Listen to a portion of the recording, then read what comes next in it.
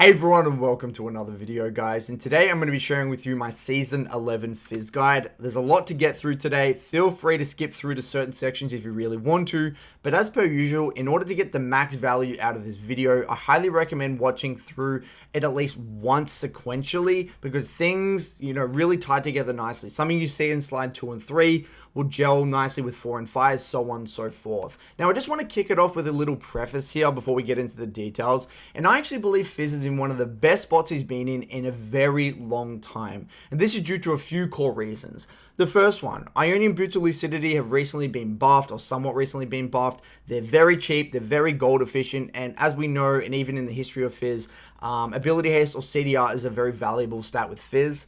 The second one, and I would say this is the biggest change with Fizz, in the past, Fizz has only had one clear identity, and it was that of a burst-oriented assassin. Hence why we saw either like a Luden setup, a Rocker Belt setup, or even like a Zhonya's into Lich Bane setup, which were all very burst-oriented, one shot, go in, get the kill, get out. But now, since the introduction in Season 11 of the new Liandry's, Fizz can actually be picked a lot more reliably or consistently, even into heavy frontline because of this new build, And we'll talk about this later on in the itemization section, but this does give him a lot more consistency, and I would say, there's a lot more creative trading patterns, a lot more creative ways to play out fights with his new setup. Number 3, Zhonya's is significantly cheaper, 300 gold cheaper than it was in Season 10, also with cheaper components, and with a lot of AD mids being quite popular at the moment, namely Yone. Fizz also rises in priority a little bit because I think Fizz into Yone is an incredibly good matchup. Now, for just as a little background information for this guide, so far in Season 11, I've played 36 ranked games on my main account, fluctuating in win rate because I've been trying differing setups with differing summoner spells, differing runes, builds, etc., trying to learn and theorycraft along the way. All of the games I've played to learn Fizz, and especially in Season 11, have been in Grandmaster and Challenger matches. These are my stats so far, nothing too great, just being completely transparent. All of them played around Grandmaster Challenger, and this is my current rank right now, 565 LP in Challenger. Now, just as a little continuation here, Fizz is not a forgiving champion, right? One mistake you make at 5 minutes can ruin the entire game. So every single detail in the first 10 minutes of the game is equally important and dictates the amount of success you will have with Fizz, more so than really any other champion that I've actually played. It's a very, very unforgiving champion, right?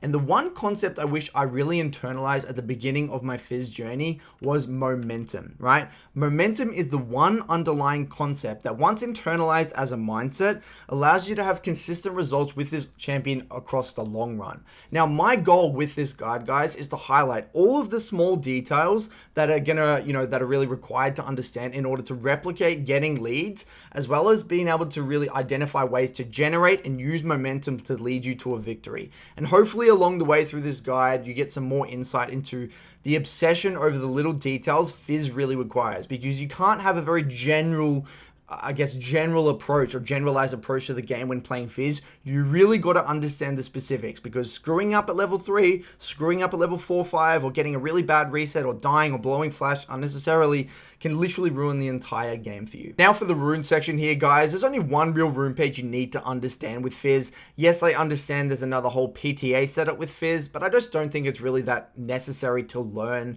Mangofish managed to get high challenger in Korea and in Chinese server without it. Yes, there may be some niche matchups where it allows you to take better trades level 2 and 3, that sort of thing, but I'm just not interested in it because I don't think it scales as well as the Electrocute setup. But if you want to learn more about it, I recommend maybe going to another channel. But again, at the end of the day, I don't think it's really necessary. We're only going to be covering the Electrocute setup here. Now, kicking it off, top left-hand corner, Electrocute makes a lot of sense with Fizz because it complements his short burst-oriented trades, as well as complements his all-in threat post 6. Sudden Impact makes a lot of sense because he can proc it very reliably with his Q and his E, and since his Q's on such a short cooldown, you can literally proc this off, basically this rune off cooldown, which is brilliant. Now, this third row is very preferential. I get a lot of questions with, why does certain Fizzes take Sweeper level 1 and Zombie Ward, that sort of thing? The way I interpret it is this. If I have a very early gank-oriented jungler, maybe like a Jarvan, a Rek'Sai, a Elise, a Shaco, something like that, or even a very favorable jungle matchup where I know my jungler is always going to be invading or having complete river control, that sort of thing, then I will potentially opt in for either a level 1 sweeper or a very early game, maybe post-first base sweeper, in order to create a lot more gank threat for my jungler on laners, and specifically the laner that I'm versing, or even allow him to invade a lot more aggressively.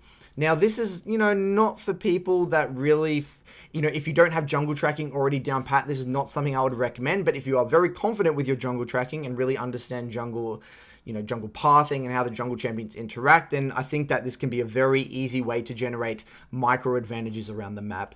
And if you're not comfortable with that, then just stick with eyeball collection here.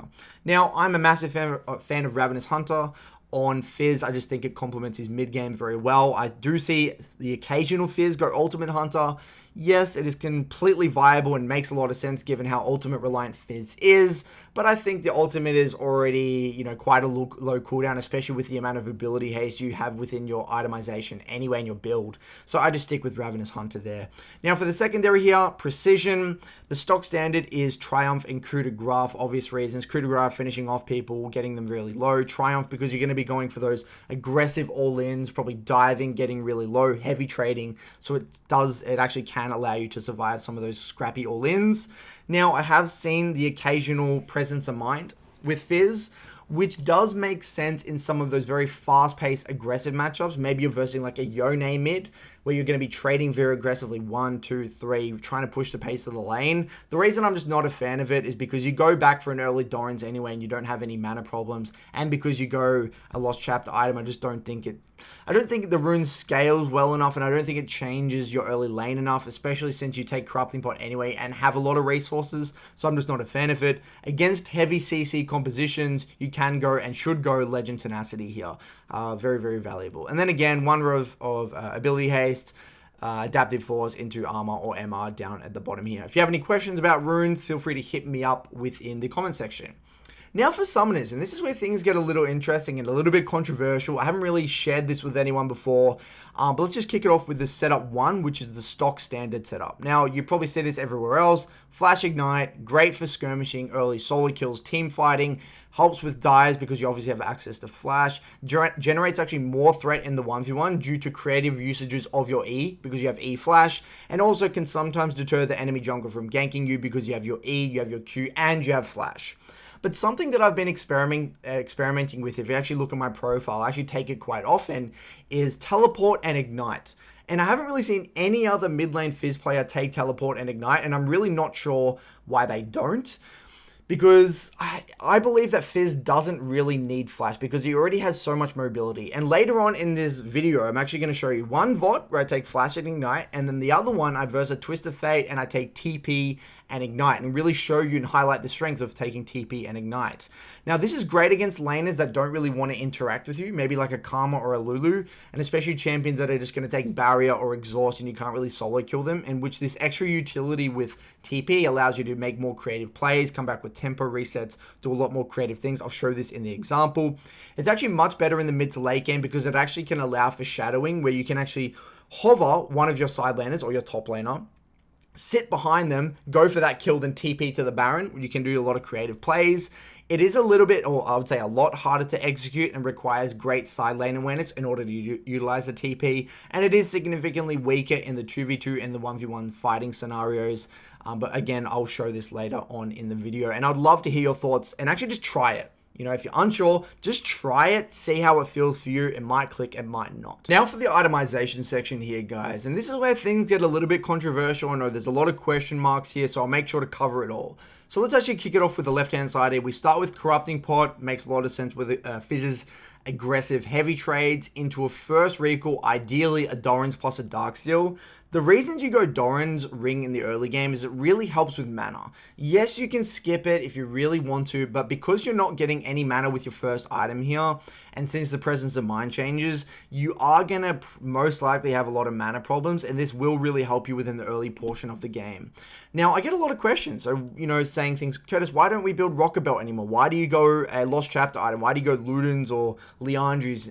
Why is that the case? Well, the main reason, guys, is that Presence of Mind got changed. Now, Presence of Mind doesn't give you max mana anymore, and it's really not that good of a rune. It's very niche. So Fizz has a lot of mana problems. If you go rock a belt into like a Zhonya's or something like that, you are going to have a lot of mana problems, and you're just going to do one combo, then you're just going to have to reset.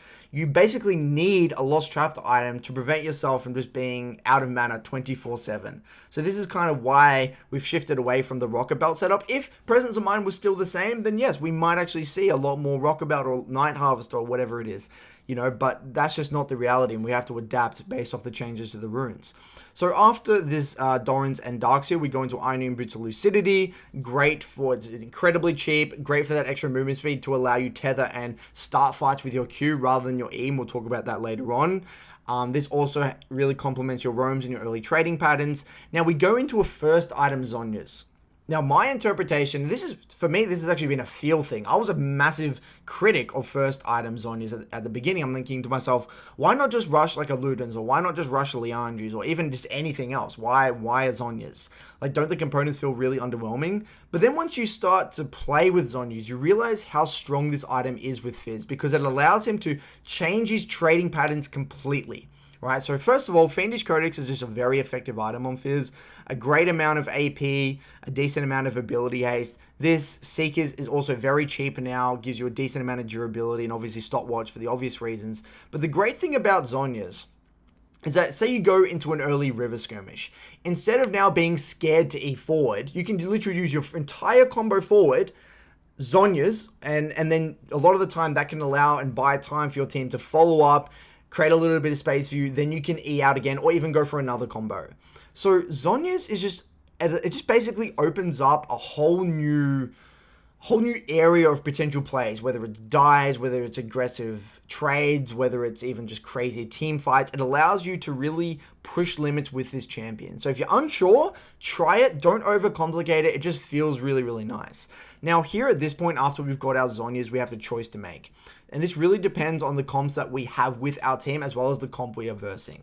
If you feel like, it's very similar to the Victor guide that I did a while ago, right? Pretty recently. If you think fights are going to be relatively extended, then Liandry's is probably the choice for you. If you think fights are going to be played very fast, very burst oriented, then Luden's is the choice for you. Pretty stock standard. Try out both of them, see what feels best for you. I literally alternate between the both of them depending on the comp that I have with me and that I'm versing. Really depends on how fast fights are going to play out in general. Now, usually the reason I've actually got a green line here, this is where the game ends. It's very rare that nowadays Fizz actually gets past this point. Usually by the time you get this item and one of these items, the game's usually ended. But if for some reason the game is extended past this point, which, it probably shouldn't be happening if you're playing Fizz and getting to this point, you have three options. Either Void Staff, which I actually personally like with the Liandry setup. If I'm going Liandry's, I'll put more of an emphasis on Void Staff or Death Cap. If I am going the Luden setup, then I'll put more of an emphasis on the Lich Bane. Even though, yes, I understand Lich Bane has been nerfed, but because, if you're playing fights very burst-oriented, Lich Bane still is just the better item. So this is just very dependent on the amount of MR that you're versing on the enemy team. Now, one thing that I should have mentioned a little bit earlier when I was talking about the Liandry's and the Luden setup is that these items give a lot of ability haste. They give, I believe, 5 more ability haste than Rocket Belt does, which is another factor, outside of the mana problem, why we like to build these ones over Rocket Belt. And on top of it, specifically Liandry's, that has the Mythic passive, which gives ability haste per legendary, which is also incredibly effective with Fizz, which is why if I am unsure which one to build, I will always default to the Liandry setup. And the other thing with this that you really need to understand is that if you go Zhonya's into Liandry's, by the time you get these two items, it literally changes the way you play fights, because you can do your full combo in forwards, then you can Zhonya's. By the time your Zhonya's is actually finished, you can actually do an entire another combo, which just really complements this extended teamfight way of playing with the Liandry setup.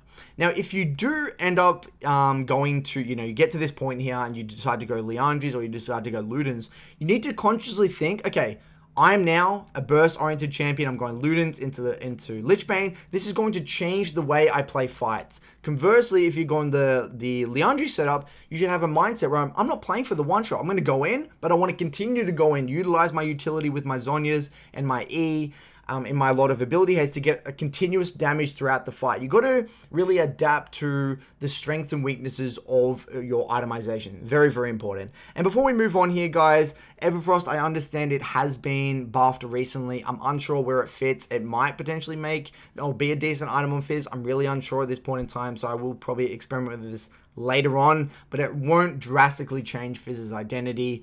We've really covered why we don't go Rocket Belt anymore, and then Medjai's for obvious reasons. If you have like 8 to 10 stacks on your Dark Seal, then I do highly recommend upgrading that to get that extra legendary item, which also, you know, works really, really well, especially if you're going the Liandry setup. So keep that in mind. Now, moving forward onto ability identity here, we have Urchin Strike with the Q. And now Urchin Strike usage is actually very, very important. I actually kind of compare it to Echo players and the way they use their W, right? You can tell how good an Echo player is with the way they use their W. When you watch Mango Fish, the way this guy uses Q is, it really actually just blew my mind. It actually changed the way I viewed the champion. Now, one thing you need to understand here, the first very important thing is that it has a very low mana cost, 50 mana flat, with a very low cooldown, 8 seconds at level 1. Now, 8 seconds may not seem like a low cooldown, but if you actually go through a trade with Fizz, you Q in, then you'll auto W, then you'll E. So by the time the auto W goes through, by the time the E goes through, your Q now is probably on like a 5-4 second cooldown without any ability haste. So the crazy thing about this is that it's not, remember, you got to think of it as how you're using the Q, because most of the time you're actually starting the fight with Q and you're getting it off cooldown straight away. So this is why you actually can catch a lot of people off guard. You do this combo where you Q, auto, into a W, into an E, and then maybe an auto or whatever, you back off. Then the guy's like, okay, you know, all of Fizz's abilities are down. But little do they know, here, your Q is going to be up again in like 4 seconds, or 4 to 5 seconds, and then you can Q in again for another heavy trade. And we're going to show a little bit later on how Mango Fish utilizes the Q to push the pace of an early laning phase. Very, very important you understand how to utilize this ability properly. The second thing, this ability has a very versatile identity. It can be used for offense, can be used for defense, can be used to escape ganks and reposition, as well as close the gap for heavy trades. And you want to be starting as many fights as possible with your Q. And this does require great tethering and faking. And I'm going to show plenty of examples of this in the VOD section. And more importantly, it can be used to get in range for Chum the Waters. So you just Q onto a minion, close the gap, then R, rather than shooting your R from a very long range position. Now for Playful Trickster, this is at the core of Fizz's kit, probably his bread and butter ability. The main thing you need to understand here is that it has a very long cooldown, or a somewhat long cooldown, 16 seconds at level 1, with a high mana cost. So what does this mean? This means you must avoid using it on the wave at all costs, because if you use it on the wave, very similar to, say, Echo using the Q on the wave. If you use the Q on the wave in front of the enemy, what is that going to say? It's going to send a message to the enemy saying, well, you don't really have much threat, do you? So I can just ignore you. So you really want to hold on to your E as long as possible and try and thin waves with auto attacks and your W rather than using your E. And holding this ability, literally just having it available, is the key to success.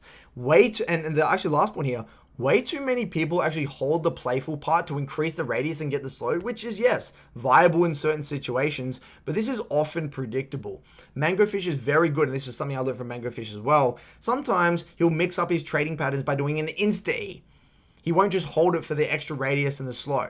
Especially when you're in a 1v1 situation, getting the extra radius really isn't that important. Yes, the slow can be good for chasing down, but if you're doing a quick, like a very short burst-oriented trade, you E in, auto attack, W, and then Q back out. You don't really need to hold it down. Now, and actually before I move on here, what I recommend is actually playing around with both of them and understanding the trade-offs. Yes, the E, or having it, holding it and increasing the radius and the slow might be predictable, but sometimes it's just worth it because the slow might prevent them from trading back onto you on the back end. So as long as you're consciously thinking, all right, I don't want to make my trading patterns very obvious, that's really kind of what I want to get across there. Now for the Seastone Trident, the W, this is actually where most of Fizz's damage comes from, especially in the early game. And this is actually what makes the Q trade so effective, where you Q auto W. It is an auto attack reset, but something I had to learn relatively early on. The auto attack W trade isn't always the correct move. When you're versing a champion with maybe a lot of hard CC, or maybe they just have a lot of mobility and they can flash away, things like that, you don't have time to Q and then auto attack then W, because then they'll just walk away or flash away or dash away and you actually can't get the W off. So one thing I had to learn in the tough lesson was, okay, interesting, I actually can't get off the Q auto attack W. I'm just going to have to use my W prematurely and then just Q auto, so I get that initial burst damage off without, missing out on that W damage. So again, play around with that. This ability is what allows Fizz to minimize under tower so effectively, because it just, it's so easy to CS with it. And then lastly, Chum the Waters here. There's actually 3 variants of Chum the Waters. There's Guppy, Chomper, and Gigalodon. Each one increases the base damage and scaling damage. It increases the slow, it increases the eruption radius, and the knockback distance. A lot of people actually don't know this. So this, depending on how far away you are and how far away you throw the R from and how much distance it travels, it can literally evolve. It's like a Pokemon going from Guppy to Chomper to Gigalodon along the way.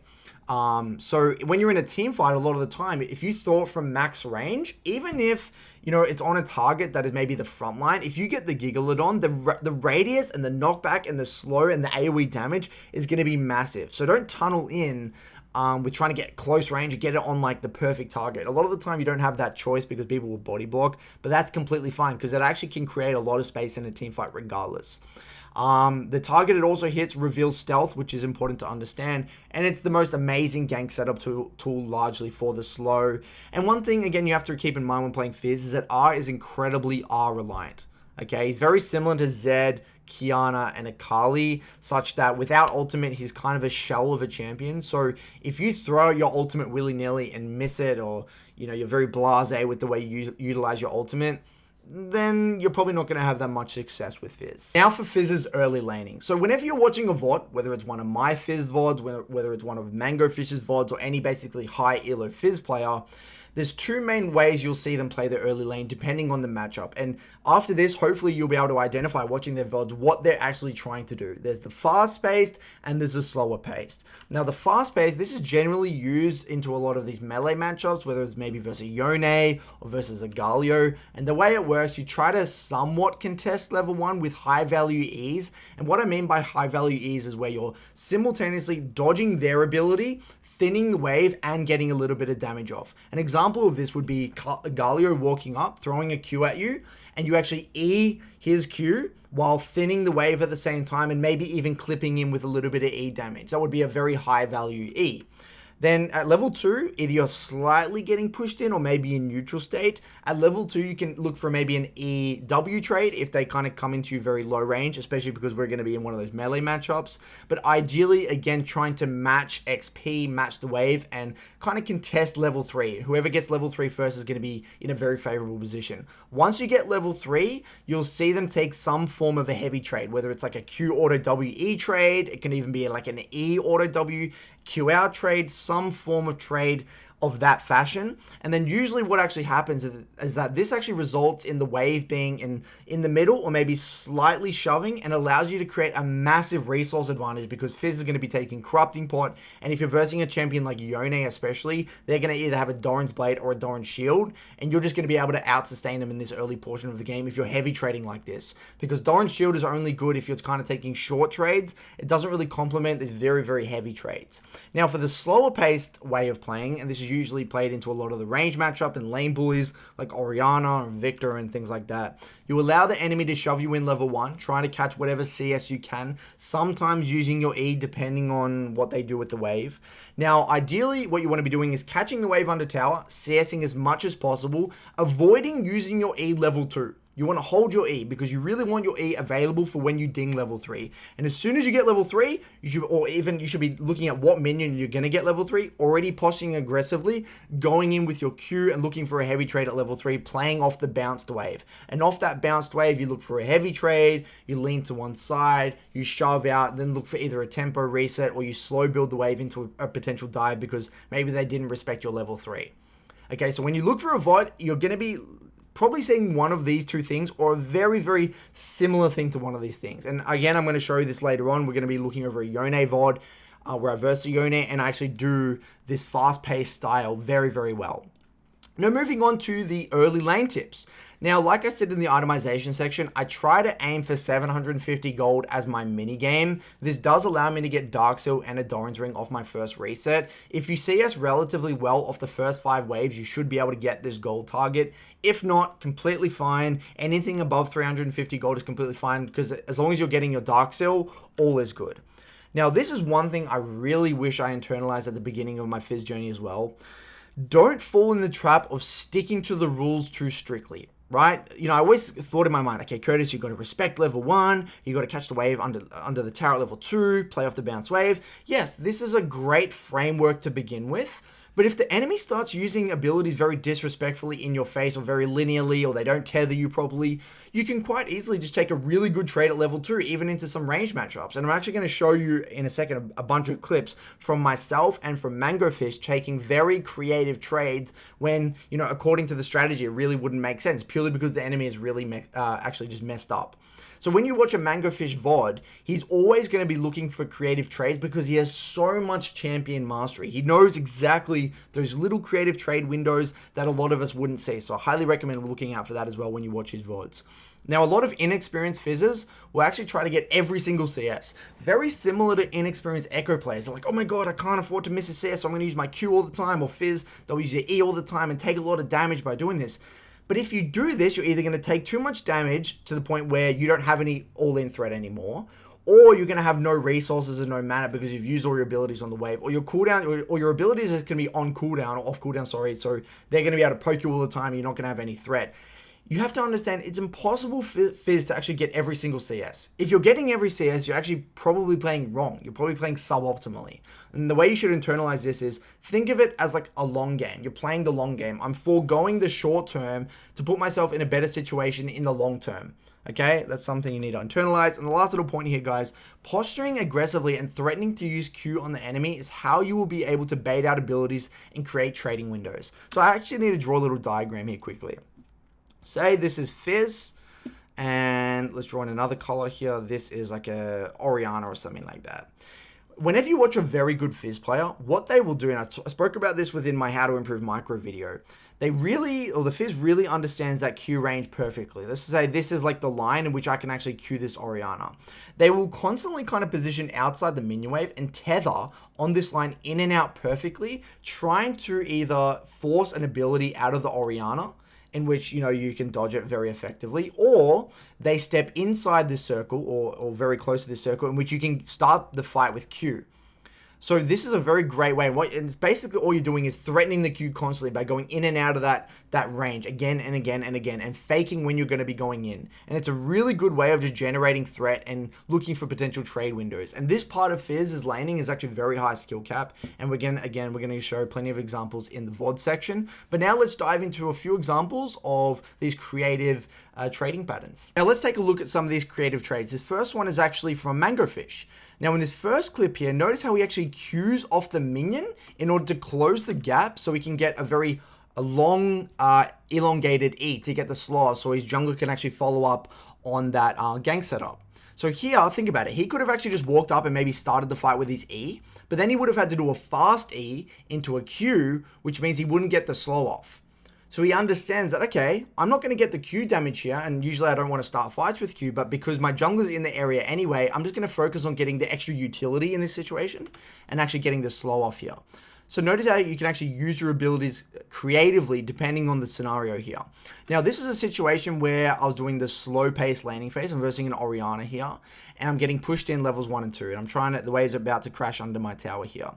It's crashing under my tower in a second. And right now, a lot of Fizzes, you know, what I used to do in the past is, okay, I'm not going to look for a trade whatsoever.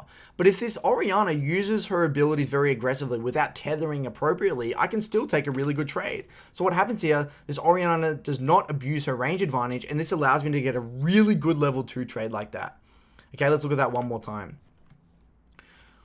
Rather than just sitting under my tower, I actually just E over the Q, auto W, proc that electrocute, and then walk to the side so she can't hit that Q. And that's a really creative trade that I probably wouldn't have done in the past, purely because I'm understanding that, okay, you know, she's not tethering properly, I can punish that. Now, what I want to really get across in this little clip here is how to push the pace of the game as you know, especially when you're versing maybe a more slower paced control mage and you know that you have a small window to punish someone's flash, Mangofish does this perfectly with a series of very heavy trades and a lot of creative trades actually as well. So in this VOD here, Mangofish is 0-1-1 and this Victor is 0-1-1. And what do we know here? Mangofish has no ignite and this Victor has heal and flash.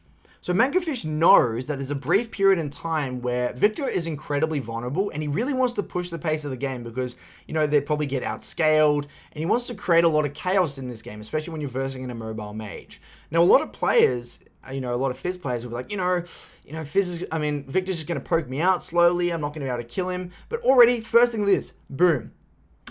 Now, this on paper looks like a very, inefficient trade. He does a fast E, auto W, then Q's out. Doesn't even really get that much damage down onto the Victor, quite honestly. But he knows he still has 3 corrupting pots here. He knows that any trade is better than no trade, and all he wants to do is create chaos and push the pace of the game. And you'll see this over the next few minutes here. Next minute, he's done 1 trade. Wave is coming into him. And he knows this Victor does not have any summoners. Another quick E, auto W, Q out trade. Now the Victor is half HP using that HP pot. Thinning the wave to keep the wave on his side for an extended period of time. Now look at that. That was the beautiful Q tether. Look at this. So he's walking up aggressively trying to get into this Q range. You'll see in a second here. Look at this. See how he walks up there trying to generate threat with the Q, sorry. And then walks up again, closes the gap. Q, auto W, auto E, boom. Flash, auto. Boom. Kill. Now that is such an amazing series of events.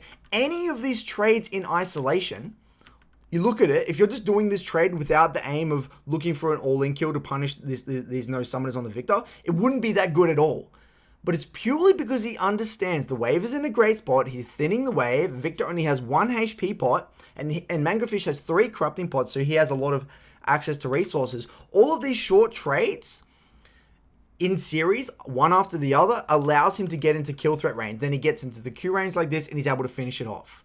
So this just shows, guys, this is how you push the pace of the lane. And, through creative ability usage, you can create whatever scenario you really want to. You can play slow and play for your level 6 all in. You can play very sloppy pre-6 if you really want to push the pace of the game. But he understood the situation. He understood the variables at play to create this really beautiful situation. And this is exactly what you guys need to be looking out for when you watch Mangofish's VODs, because every trade is calculated and makes sense in the grand scheme of his strategy within the laning phase. So now for skirmishing, guys. So the way I actually interpret Fizz's identity is that of a chaotic skirmisher.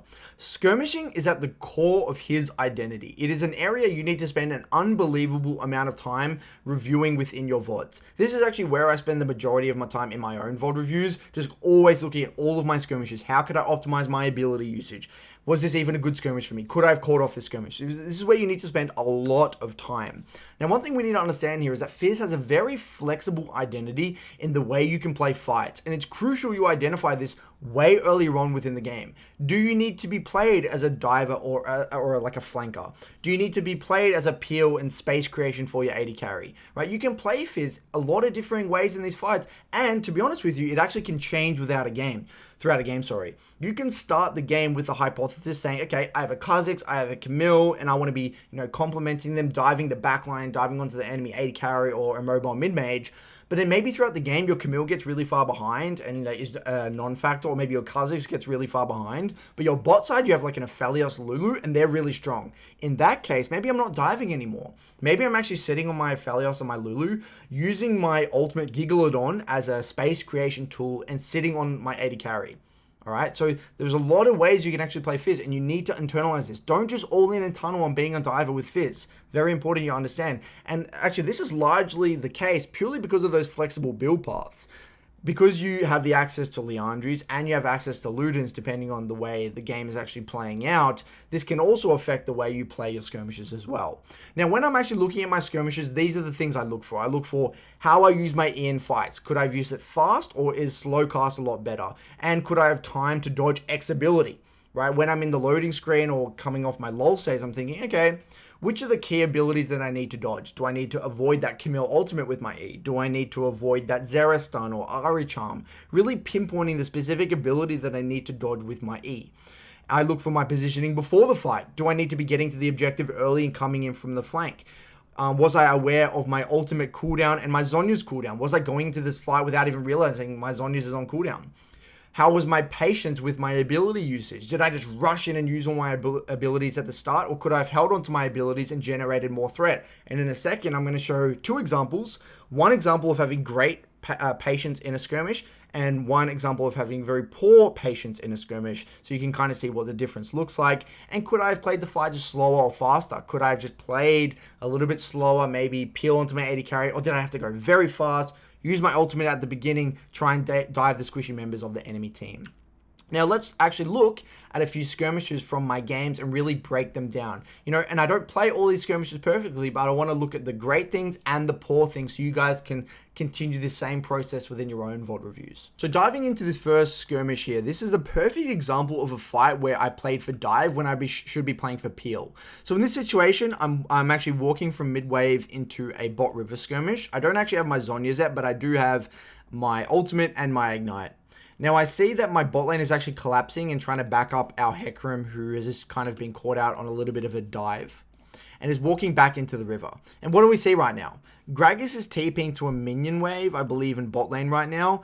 Wukong's pretty overextended, and my team is coming up from the bot side. And actually, in this game, I'm 0-3, so I'm actually not strong at all. But my bot lane, my center, was actually quite strong. So I go into the Wukong here, try to peel back onto the Wukong. Now, Wukong ultimates uses his decoy thing and actually flashes out. Now, I believe if we play back one more time, Blitzcrank ends up, looks like he actually hooks the Soraka as well, but I can't really react to that because I was actually in my E. Now, Gragas is coming from back here. My Senna and my Blitzcrank and everyone, my team is all around here. My Hecarim is low and is basically out of the fight. There is nothing I can do if I go forward like this with my ultimate. Think about it. Shyvana, their Fed Shyvana is coming from mid-wave.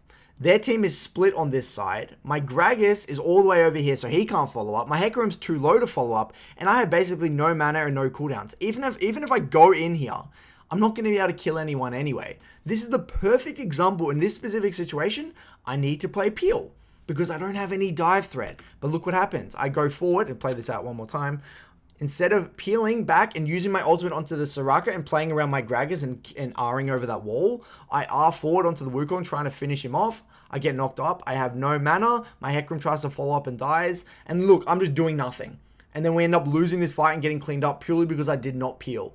Right? It maybe would have been a little bit rough either way, but if I peeled, it would have been a much better fight. So let's actually play that out one more time right from the beginning so you guys can see. And the signs are here is I have to look at my Fed members. Where are my teammates? Do I have enough threat to go for dive? Who can actually follow up on my dive? I didn't consider any of this, and I just kind of autopiloted default response dive onto a Fed Wukong, and I get nothing from it. And this is one of the reviews or team fights I would review in my own time. Be like, you know what, Curtis? You know, I failed to identify how I should play my team fights, and that can all it take to lose a game. Now, this next one is a really good example of patience. So I'm collapsing onto a Rift Herald play here, and my jungler is actually looping from the back here. He's actually looping around near the red buff. So I kind of walk in and I throw my ultimate for a max range ultimate, end up missing, unfortunately. So what happens here? Because I actually missed my ultimate and I don't have Zhonya's here, I have to peel back. So I end up peeling back here instead of following up. Knowing that my Jarvan is not in location and buy time for my Jarvan, I peel back into the pit and then we're able to kind of round them up and kill them inside the pit here. So let's play this one more time. I go in. And instead of going forward here, knowing that my team is all the way back here, my Jarvan's not even positioned, and I don't have Zhonya's, it's okay. Don't compensate for the missed ult. Just peel back and then wait for your teammates to be in location. A lot of Fizzes wouldn't do that. A lot of Fizzes would continue to go in because they just want to compensate, but I loop around and create enough space and buy time for my Jarvan to loop around and we end up winning this fight pretty easily. Now, this next example is a perfect example of the lack of patience. So again, my Jarvan is in the area here, but I don't have ultimate here. I don't have ultimate, I don't have ignite, and I don't have Zhonya's. I can't engage the fight right now. I can't engage the fight. But look what happens. He's like, oh, you know, got to go in. He actually pinged to go in, but I just start the fight with my E, and I compensate in a way, and I'm not patient, and I'm just dying. And my team kind of follow up and clean up, but it's just not good enough. And this is a perfect example of just a lack of patience. I can't go in here. I have to accept reality. No. I know you're on the way and you want me to start this fight, whatever, but no, I can't do it. I need to be patient. I need to play off my cooldowns and wait for Jarvan to start the fight in this situation, or even just kite up or something like that and buy time, because then they'll go to the tower, my team will follow up, and then maybe we can collapse on them and look to go for a nice little dive that way. Again, lack of patience. And this is why being really, really decisive with the way you need to play fights and being really aware of your cooldowns, what you can and can't do based off the situation, is very important, and the variables of play.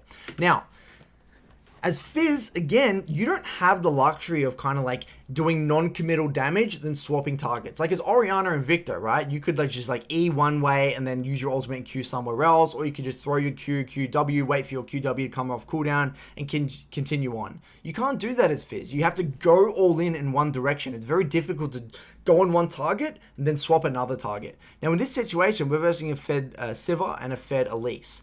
And this situation with camping here, and I lose my patience, and I end up just going onto the Elise here. But what little do I know here, even if I kill the Elise, she buys so much time that it doesn't mean anything. Because we still lose the fight because they're the fed members over there. Me killing the Elise doesn't do anything. So reviewing this, I remember thinking to myself, Curtis, no, this is just incredibly poor target assessment. You're not actually thinking what you need to do to win the fight. I'm 3-0 as Fizz right now with everything. Flash, Ignite, Zhonya's, Ultimate, everything. And I literally lose the game for my team off this play. First of all, I don't even E the initial stun, which I force, and then I flash even though he has Repel. So I completely misplay this micro-wise, which is just one story. But even if I played it micro-wise perfectly onto the Elise, it's still suboptimal because I'll be using all of my abilities on a target that isn't even important, and I kill him and we're still going to lose the fight. So I should know. Back off, play back, and identify the targets that I need to be focusing in the fight to actually win the game. If I'm the fed member, and this is why Fizz is actually very difficult to be an actual carry, because I don't have sustained damage in a way. I can only kill maybe one or two people max. Now this last little thing here is a desperation play. So I actually had a mental block, and this is earlier on within my Fizz journey. I had a massive mental block with my R, right? I had this thing in my mind, like I'm 4-0 here, and I had this thing in my mind where I've always felt bad for using my ultimate at long range. I always felt like someone could dodge it, or they're just going to dodge it, or I'm going to miss it, and whether I didn't want to like kind of get pinged or flamed or whatever it was. I just had like this weird mental block with using my R from long range. But in this situation, I really do need to use it from long range.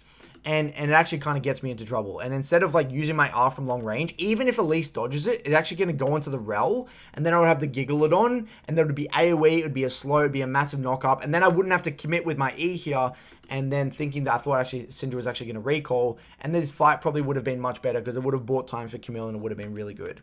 So here, what I recommend you guys, if you find yourself getting a little, you know, you might create some weird mental blocks with the way you use your abilities, get into the review, pinpoint it earlier on so you don't just mindlessly use your abilities in a suboptimal way. I know this is a little bit of a weird one. A lot of you might not resonate with it, but it just was a weird thing for me. So hopefully reviewing these skirmishes gives you a little bit of a, I guess, a guideline or a way you guys can review your own skirmishes. Now for Fizz's mid and late game. Now Fizz is actually not really a split pushing champion. He only really wants to be in the side temporarily, so push and move is your best friend.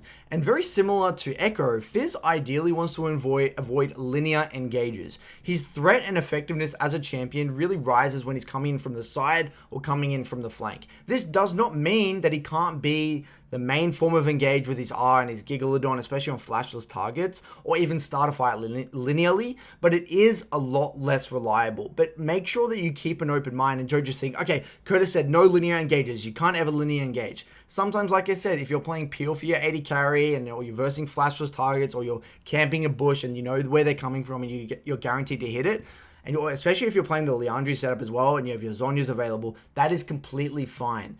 But again, just in terms of optimization, it is something you should be thinking about. Now, similar to the skirmishing element that I just covered before, you must at all times identify your role in fights. Kind of like I mentioned before, are you the self-peel, or are you the peel champion? Are you the dive champion? And again, this will evolve over the course of a game. All right, very, very important. And the last little point here, guys, for extra mid to late game effectiveness, press tab often to calibrate your threat. You need to be looking for stopwatches, the amount of MR they have, flash timers, exhaust, all of these variables. And this is something that will really take time and is more of like a 1%er, which actually ends up being more of a 10 or 20%er as you get to mid to late game. But, you know, don't really feel bad if you feel very uncomfortable doing this, or forget it. Because a lot of people, and I forgot it for a very long time, to check stopwatches. Then I go to a team fight, I use my ultimate, they stopwatch, and I'm like, oh, you know, I forgot about it. It's completely fine. But again, as you start to get a lot more champion mastery with Fizz, this is an area or a big tip that I would highly recommend spending time to make it your learning objective. So now what we're going to do, instead of talking about mid to late game, let's actually go over a recent mid to late game from one of my recent VODs and really break it down. All right, so with this VOD here, we are heading into mid to late game. We are 16 minutes and 57 seconds in this game. It is 18 kills to 9. So all I want to do now is focus on translating my lead. So what we're going to do here is really break down my thought process to make sure you guys understand where your mind should be thinking in relation to this portion of the game. So here I am 5-2 and 4. I think we just like got to pick on mid lane right now. I have Zhonya's. I don't actually have my Ludens yet. I'm actually quite far away from it. Syndra is quite fed. Bot lane is behind. I would say Camille is definitely not out of the game, and Kindred is definitely out of the game. So what do we see here? We see Rift Herald is up, which Shaco is just finishing up right now, and Dragon is coming up in 1 minute and 8 seconds. So what I want to do already before Dragon spawns, I ping the Dragon, and I want to be shoving aside and getting myself in a nice little flanking situation, or coming in from a, you know, definitely a non-linear angle. So how do I do that? In order to come in from an angle and come in from a flank, I need to be shoving aside and moving and sweeping. Right, so what I do here, I come to the side lane, knowing that Dragon is the next objective, shove out a little bit here, push, push, push. And what I actually do on the way here is I actually start pinging Syndra having stopwatch. So I'm pressing tab along the way just to make sure, okay, who are the targets?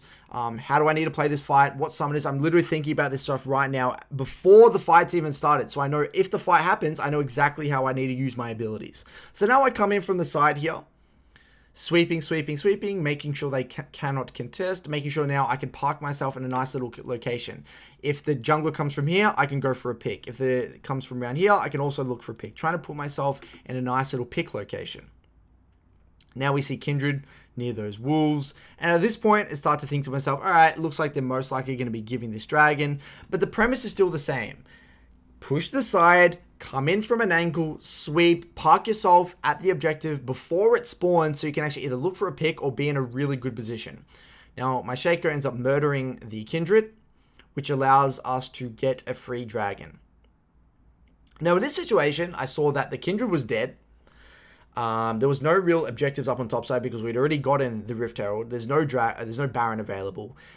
So at this point in time, I just want to use this little brief lull state to farm up for my Ludens. So I go back to the side lane here. Now I could have potentially grouped and gone mid, but based off the assessment of Kindred being dead, no objectives being top side, Syndra being quite fed with a stopwatch and 2 items in mid lane, I don't think we can really force anything. So I decided just to go bot lane right now and farm it out and push it out. So they end up looking for a play topside. I think the Ivan ends up soloing. It's actually an Ivan top lane. Shaco ends up getting killed by the Syndra, unfortunately, and giving another 400 gold shutdown to that Syndra.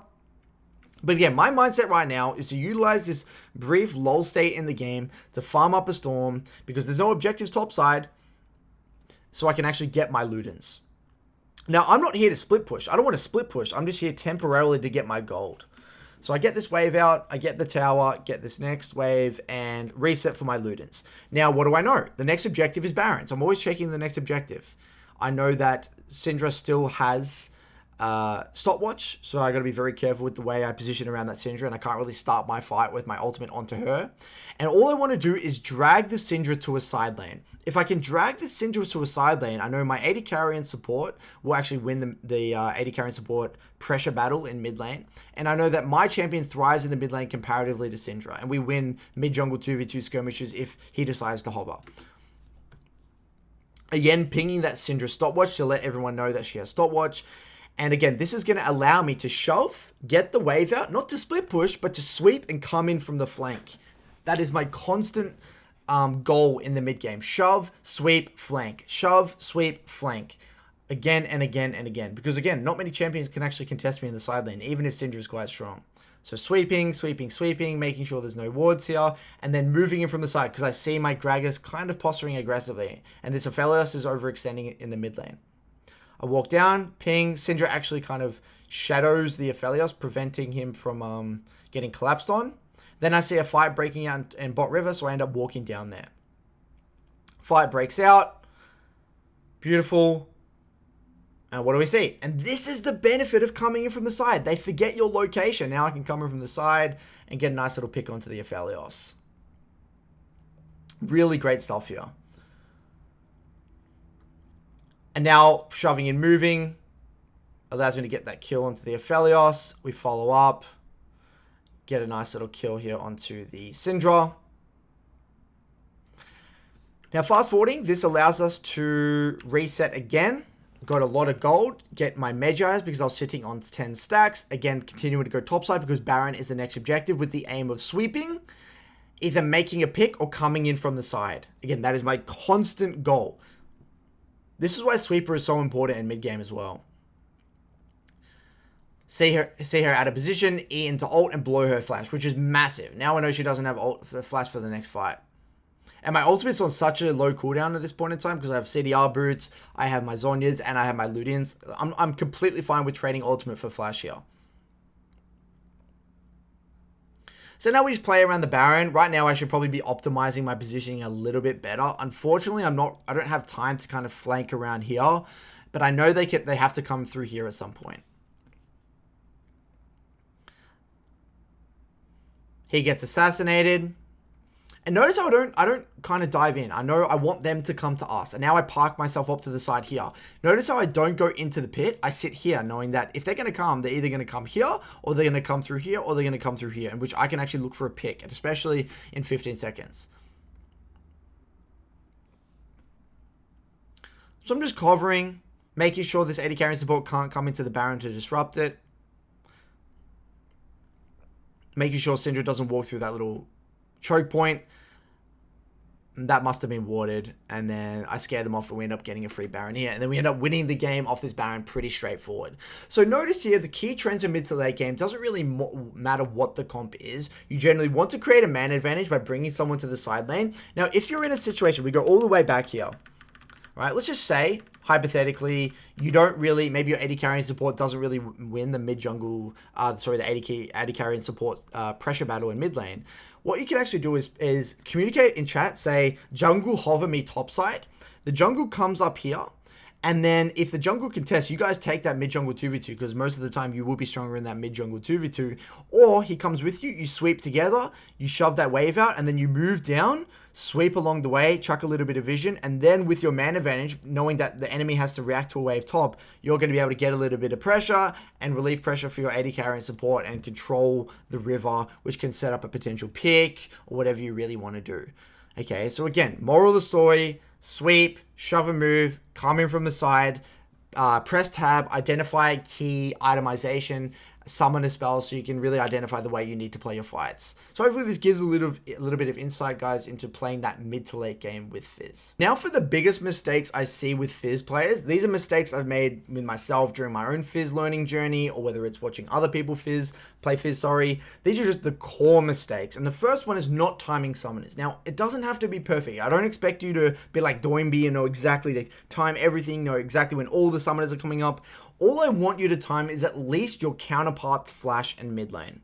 For example, the reason this is important, if you're versing, say, an Orianna, and maybe you take a really good trade early, or you manipulate the wave really well, and the Orianna has to burn flash from a gank, whatever it is, if you know, I would say within the nearest 30 seconds when Orianna's flash is coming up, when you ding 6, you know, okay, all right, Orianna's flash is not coming up for another minute right now. This means I can actually use my ultimate a lot more, I would say, aggressively and maybe a lot more riskily. So you can go for a long range R, knowing Orianna maybe can't dodge it as much, which allows you to get a really easy solo kill. Because if Orianna has flash, you then have to go for a very close range ultimate or wait for someone else to knock them up or CC them in order to land your ultimate, which, you know, completely changes the amount of threat you have on a champion.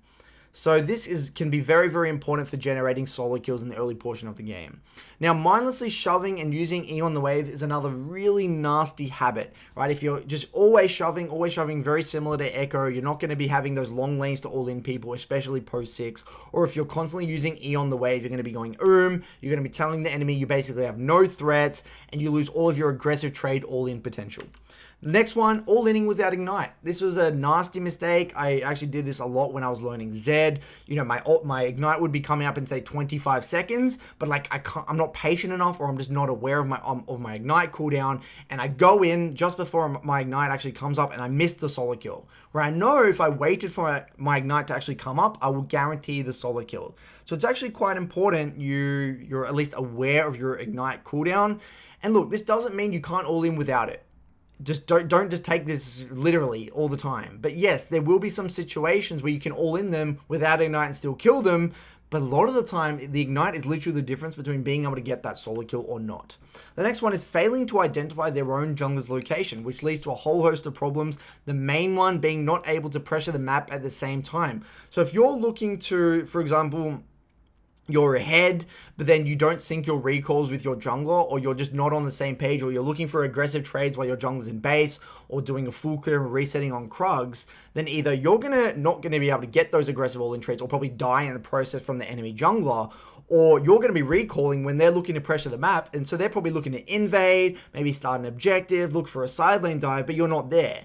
So as you get higher up and you become a higher level Fizz player, really honing in on identifying your own jungler's location and syncing your recalls can generate a lot more creative play opportunity. The other one here, not having a hypothesis about your strategy in the matchup.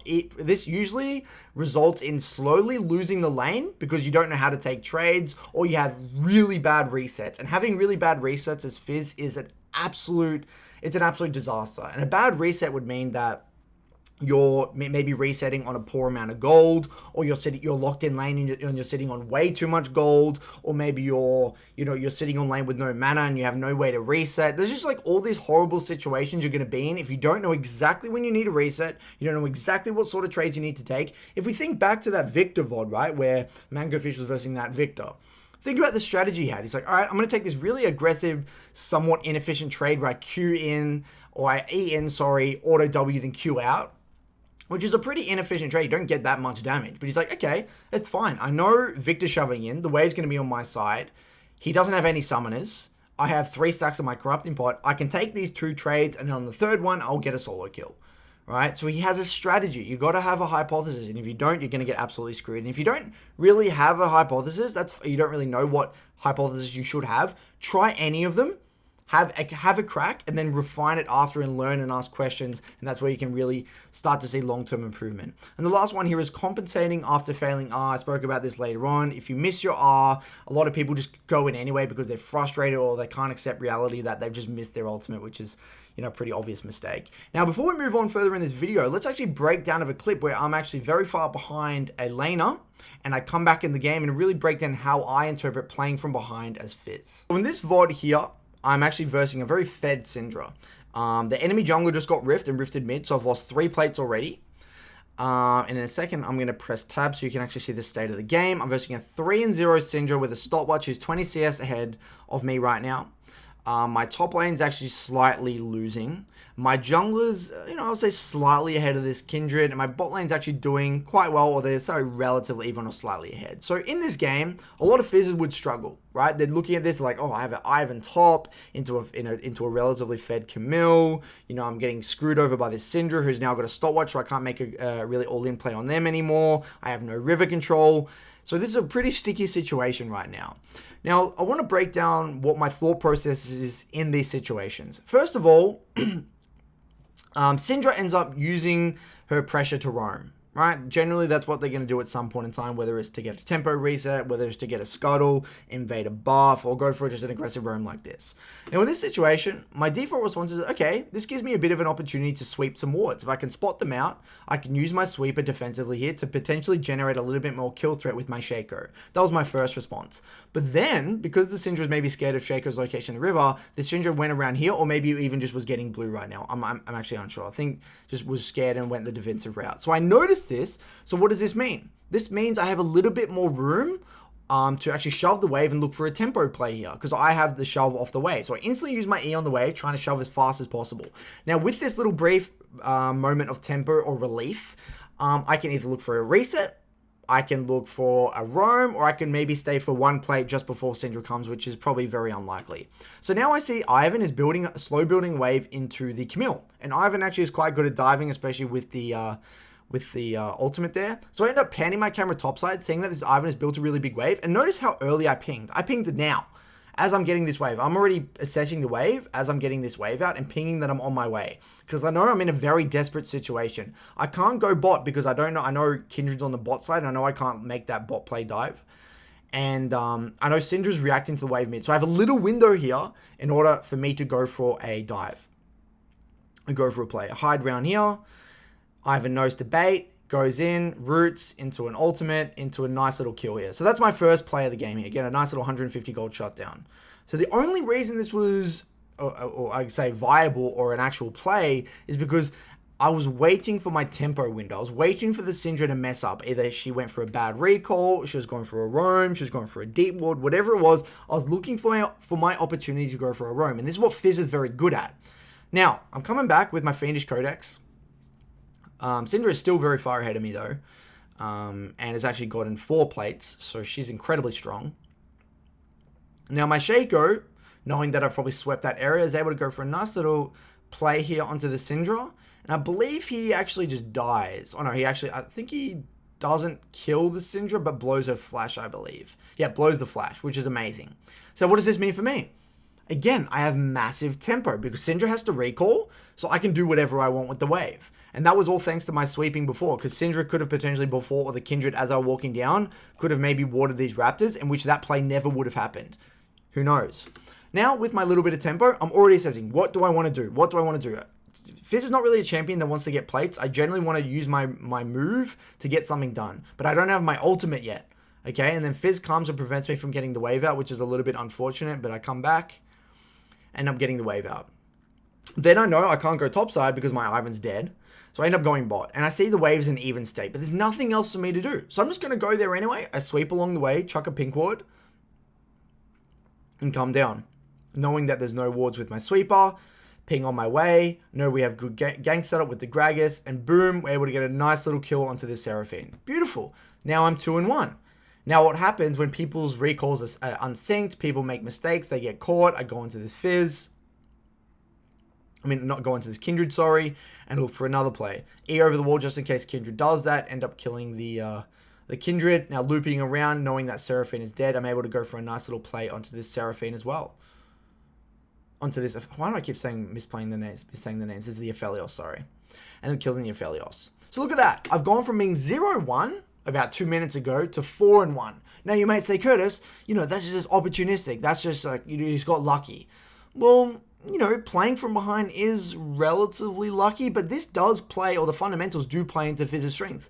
I'm looking for tempo windows. I'm panning my camera and actually identifying which side I can and can't make a play. I'm using my sweeper very aggressively and actually allowing me to get a lot of good roams off. And I'm utilizing my tempo to do things. I didn't go for a reset. I didn't go for plates. I identified which was the actual correct side to go for the play based off my assessment of the waves. I'm constantly looking for opportunities. I know if I sit in mid and play slow, I'm going to eventually lose. I'm scanning the map for opportunities, whether it was on the jungler or the top lane or the bot lane, whatever it was. It doesn't matter. Regardless, even if I got the 1 kill, at least I was going to be somewhat more useful than I was being 0-1. And that is the mindset you got to have from behind, is get creative. If you're in a desperate state of the game, Fizz is a champion that can do creative things to get your team back in the game, and then we end up slowly winning this game out, which is a really, really solid game. Now, I know a lot of you guys in the comments want to see a how to counter Fizz video. That's completely fine. I will do this, but it's not going to be within this guide. I'm going to do it as a separate video coming out very soon, so stay tuned, guys. Now for the item journey, for those of you who forgot how this really works, the color represents how strong this item spike is relative to most other champions in the game. So the orange really dictates like 50-50. You're not weak, but you're not strong. Light greens mean I'd say you're slightly strong. And then the dark green here means that you're relatively spiked and you're quite strong relatively to other champions in the game. Now this is very situational, but I do like to do this as like a rough power curve. As you can see, we start down at the bottom. I would say that, you know, you're not super strong. You don't have an amazing early lane, but you don't have a super weak early lane. I'd say it's just relatively 50-50. Once you get this Doran's and Darksteel all the way through to Zhonya's, you're not even that strong. I'd say, yes, you can do things, of course, but you're somewhat reliant on other champions in the game complementing you or getting River Vision or complementing you, creating 2v2 situations or roam situations. You're not really the best isolated laner, And, alone in the laning phase, you can't do many things by yourself. So I would say that, you're strong, depending on the matchup, of course, but you're not super, super strong. You don't start to feel like a really amazing champion until you get Zhonya's plus Lost Chapter. But once you get this Luden's or Liandry's, this is when you cap out in terms of power. You are the most strong champion. You can do whatever you want. This is where Fizz feels really, really amazing. But my little note here, guys, is Fizz's power spikes are actually quite underwhelming if you play slow. Like, if you were to play a champion like, say, Victor or Orianna, you have like a really solid power curve that is just like super consistent. Every single item is meaningful. You can do things by yourself. You don't really rely on anyone else. Whereas Fizz is not really the case. If you play slow with Fizz and you don't get to any fights, you kind of slowly lose out on CS, you have this isolated laning phase, like these items don't mean that much. You don't really feel that strong. But this is actually why Fizz actually wants to skip parts of this altogether. You either want to go straight from this, straight to the Zhonya's, or go straight from, like, say, this to Zhonya's plus Lost Chapter, or you want to really speed up this process because we want to get to this Luden's or Liandry's plus Zhonya's as fast as possible. That is our goal when we're playing Fizz. And later on, once you get Lichbane, Zhonya's, or Lichbane, Rabadons, and Void stuff, it really doesn't mean that much. Like, by then, all you want to get is this 2 core item spike. He's a very 2 core item spiking champion, sorry. Now, moving on to the matchup tier list. Again, this is just my own take, my own experiences. Might be different on your given elos or how you play Fizz, just of my experiences here. So if you want to pause and soak it in, feel free. If you have any questions, let me know. Down the bottom here, a lot of you guys be like, oh, why is Lucian D tier? Again, at your elo, if you're probably playing like Platinum or even Diamond or even High Diamond or Low Master tier, this is a completely fine matchup. It's more as you get to like Grandmaster Challenger Plus, if you versus a very good Lucian mid lane, it's unbelievably annoying because they can hold their read, they can avoid they can tether you effectively, they can poke you down with the Q, they can take exhaust. It's just an absolute nightmare, especially if it's an isolated 1v1. I would say Sylas is a personal one that I think is very annoying to deal with if you're versing a good Sylas player, but if you are lower elo, you can push the pace of the game versus Sylas and create chaos. Kassadin is B tier and Galio's B tier. And a lot of you guys in the comments are probably like, what the hell? How are these B tier? Aren't these like hardcore counters?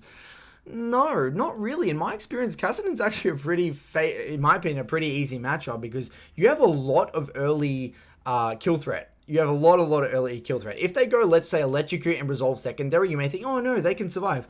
No, it's not really the case because what you're going to be doing, you're going to be able to shove early, bounce the wave, create a lot of kill threat from your jungler, refer to my how to counter Kassadin video. But usually, even post first recall, even if you don't kill the Kassadin, there is a hell of a lot of solo kill threat post 6. So Kassadin has a really large power trough early in the game when Fizz is relatively strong. Again, watch a lot of VODs on it. It's hard to explain. You just got to feel it out. It is one of those weird matchups. And Galio as well. What I would recommend, if you're really unsure how to play this matchup, watch Mangofish play this matchup. He has mastered it. You play very, very fast. You take Legend Tenacity. You can actually solo kill Galio in the early game very well. And because you've got such low cooldowns, you can prevent Galio from having that magic shield for pretty much the entire laning phase. You kill it once or you break it once, and then you make sure it's off again and again and again. You can always E over his Q. You can take the CC and chase him down the long lane. There's a lot of kill threat at 6. The only problem is if you don't understand the early trading patterns and you kind of drag out the lane, you don't really get a lead in the early portion of the game, Galio will follow all of your roams with his R, which make things quite annoying. But other than that, what I like about Fizz is that it does counter Katarina. It's great into like Diana and a lot of these other mobile champions, and especially Yone. I'm going to be showing a Yone example later on. But yeah, again, just my take on things, and let me know if you have any questions here. And one little note here, guys, tier lists are very hard to do with Fizz because Fizz is not a champion that you can just ignore the jungle. Like the jungle matchup and what's happening in the side lanes completely changes Fizz's effectiveness in a game because he's not an isolated 1v1 laner. So take this with a pinch of salt. It's very difficult to do a matchup tier list with Fizz. Now for champs to look out for outside of mid lane, there's a lot of supports that make Fizz's life a living hell. The two that I've highlighted here is Rel and Bard, but for differing reasons.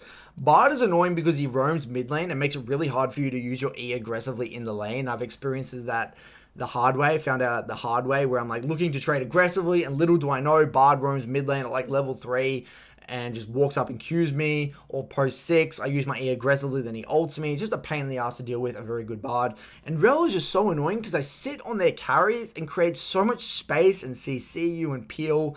It's just so incredibly annoying. So any of these hard CC supports are just a pain in the ass, and you've got to be really identifying their key threat onto you, especially into mid-game, and position appropriately. Junglers, I don't think any of them are really that much of a problem. I think Kindred is a little bit annoying with the ultimate, but that's about it. And as for top laners, similar to the classic assassin counters, we have the Poppy, Shen, Maokai, the set. All of these champions can really lock you down, hard CC you, peel very well.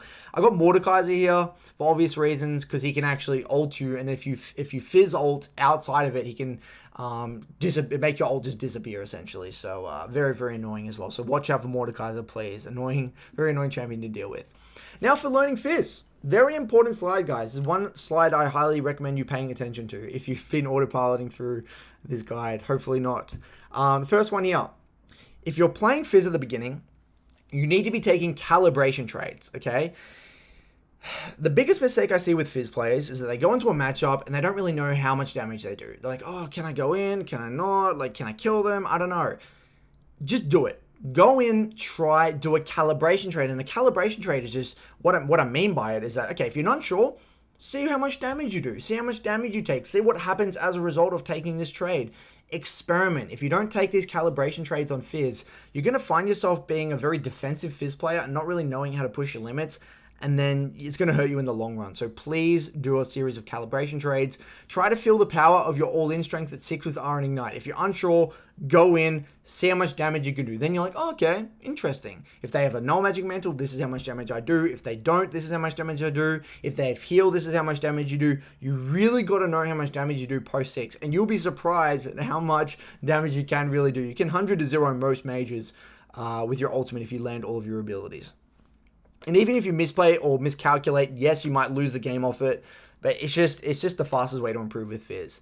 And begin to test around with the two differing ways of playing the early lane. Do you want to play super fast and aggressive level 1, 2, and 3, or do you want to play slow and play off the bounced wave? Try both of them, see what works for you.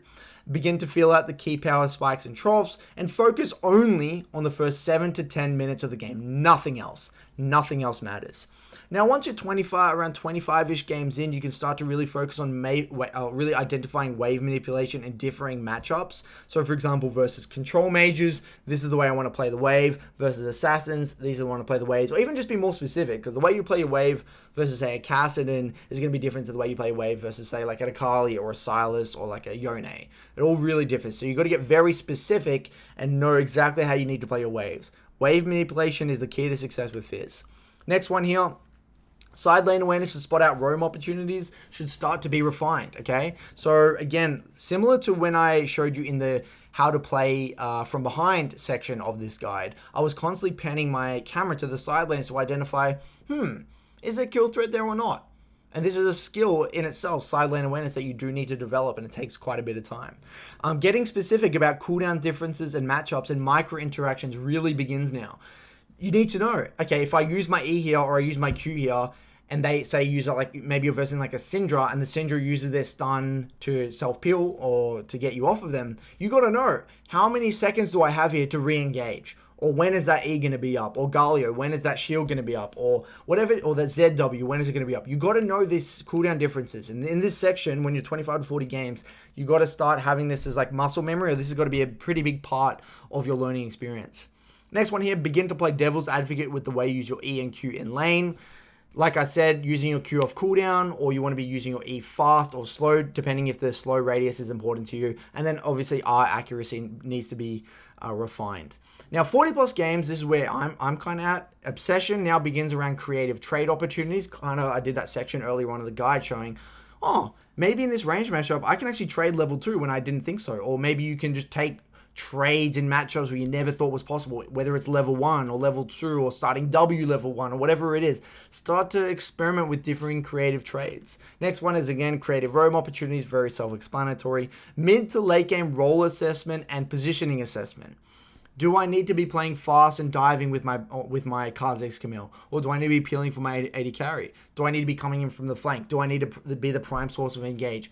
I don't know. It really depends on the game you're in, what champion you're versing, who's fed on your team, situational. Start experimenting and having a hypothesis about where you need to position. What is your role in the comp? Creative usages of sweeper and side lane picks. Again, similar to what I spoke about in the mid to late game section, and then skirmishing, skirmishing, skirmishing, skirmishing. That's all you should focus on, 40 games plus, sorry. By now, you should have already compartmentalized your matchups. You know how to play the waves. You know how to take creative trades. You know how to win. You know how much damage you do with post 6. All of that stuff. Now skirmishing is the aim of the game. All right, refine all of your skirmishing, all of your team fights. Review every single one of them when you get into your VOD review. Now for a few more tips for learning Fizz. It is inevitable and literally guaranteed that you will have many, many painful experiences while playing Fizz. There will be times where you want to give up, you're going to want to change champion, you're going to want to move on, except that this is part of the process. There's no way around it. You have to embrace it. And the reason this is the case, guys, especially for Fizz, is because learning burst-oriented assassins are actually the hardest out of any other champion in the game. This is because they operate on threat and have very little utility. So for example, you're playing Fizz and try to learn the champion. At level 3, you die to it, you maybe fail your all-in, you die, you blow flash, whatever you have to do, and maybe you don't CS well at all, and then you just get really far behind. A lot of the time, you're going to be useless for the entire game. But that isn't the case with, say, a mage. A mage can sit back, relax, farm, play off the key item spikes, be all good. Fizz can't do that. He is committal. His only form of trading is committal. The only way to CS is through generating threat, to create space to generate threat. So it's a very difficult champion to learn if you haven't been familiar with this style of playing, like these burst-oriented assassins, but it is incredibly rewarding when you get through to the other side. Now, Mangofish has a lot of great VODs on YouTube. I highly recommend referring to.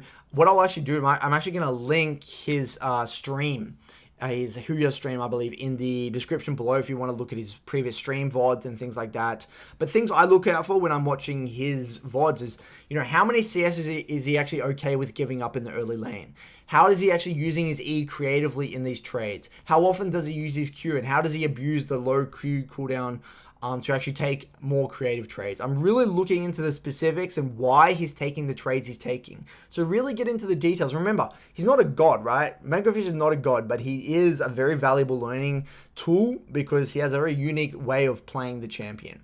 So now what we're going to do, guys, before we get to the Q&A, the community Q&A is going to be after the full game reviews, guys. So if you can skip to that if you really want to. But what we're going to do is go through 2 individual VODs. The first one here, or one of them, is the Fizz versus Twisted Fate, where I end up going TP and Ignite, a very solid game here. And then the other one are versus a Yone, and a lot of people want to know how to play this matchup, so I'm really going to break down the early game, how to snowball, how to really shut down a Yone in the early portion of a game and turn that into a victory. So stay tuned, guys. So diving into the first VOD today, guys, this is a Fizz versus Yone matchup. Now, traditionally, I actually struggled with this matchup, so much so that I was even banning Yone when playing Fizz at the very beginning of my Fizz journey. But now, like, I got sick of it. I know this is a good matchup in theory for Fizz, so I studied a lot of Mangofish's VODs, and I really got into the nitty-gritty and tried to understand how to play this matchup. Now, this example is the perfect example of the fast-paced style. Talking, you know, I mentioned this way earlier on in the VOD, in the Fizz early laning section, where you have the fast-paced, slow-paced. This is a textbook example of a fast-paced Fizz laning phase. Now, this Yone that I'm actually versing is a young 17-year-old mid lane prodigy. He's actually rank 1 on our server at the moment, like 1200 LP, and he's got a 70% win rate with Yone. Very good Yone player, so I got a lot of experience versing this guy, and I was able to refine my strategy. Now, the theory being is that I want to contest the wave level 1, looking for high value E's where I simultaneously avoid his Q, either the wave, and get damage onto him at the same time.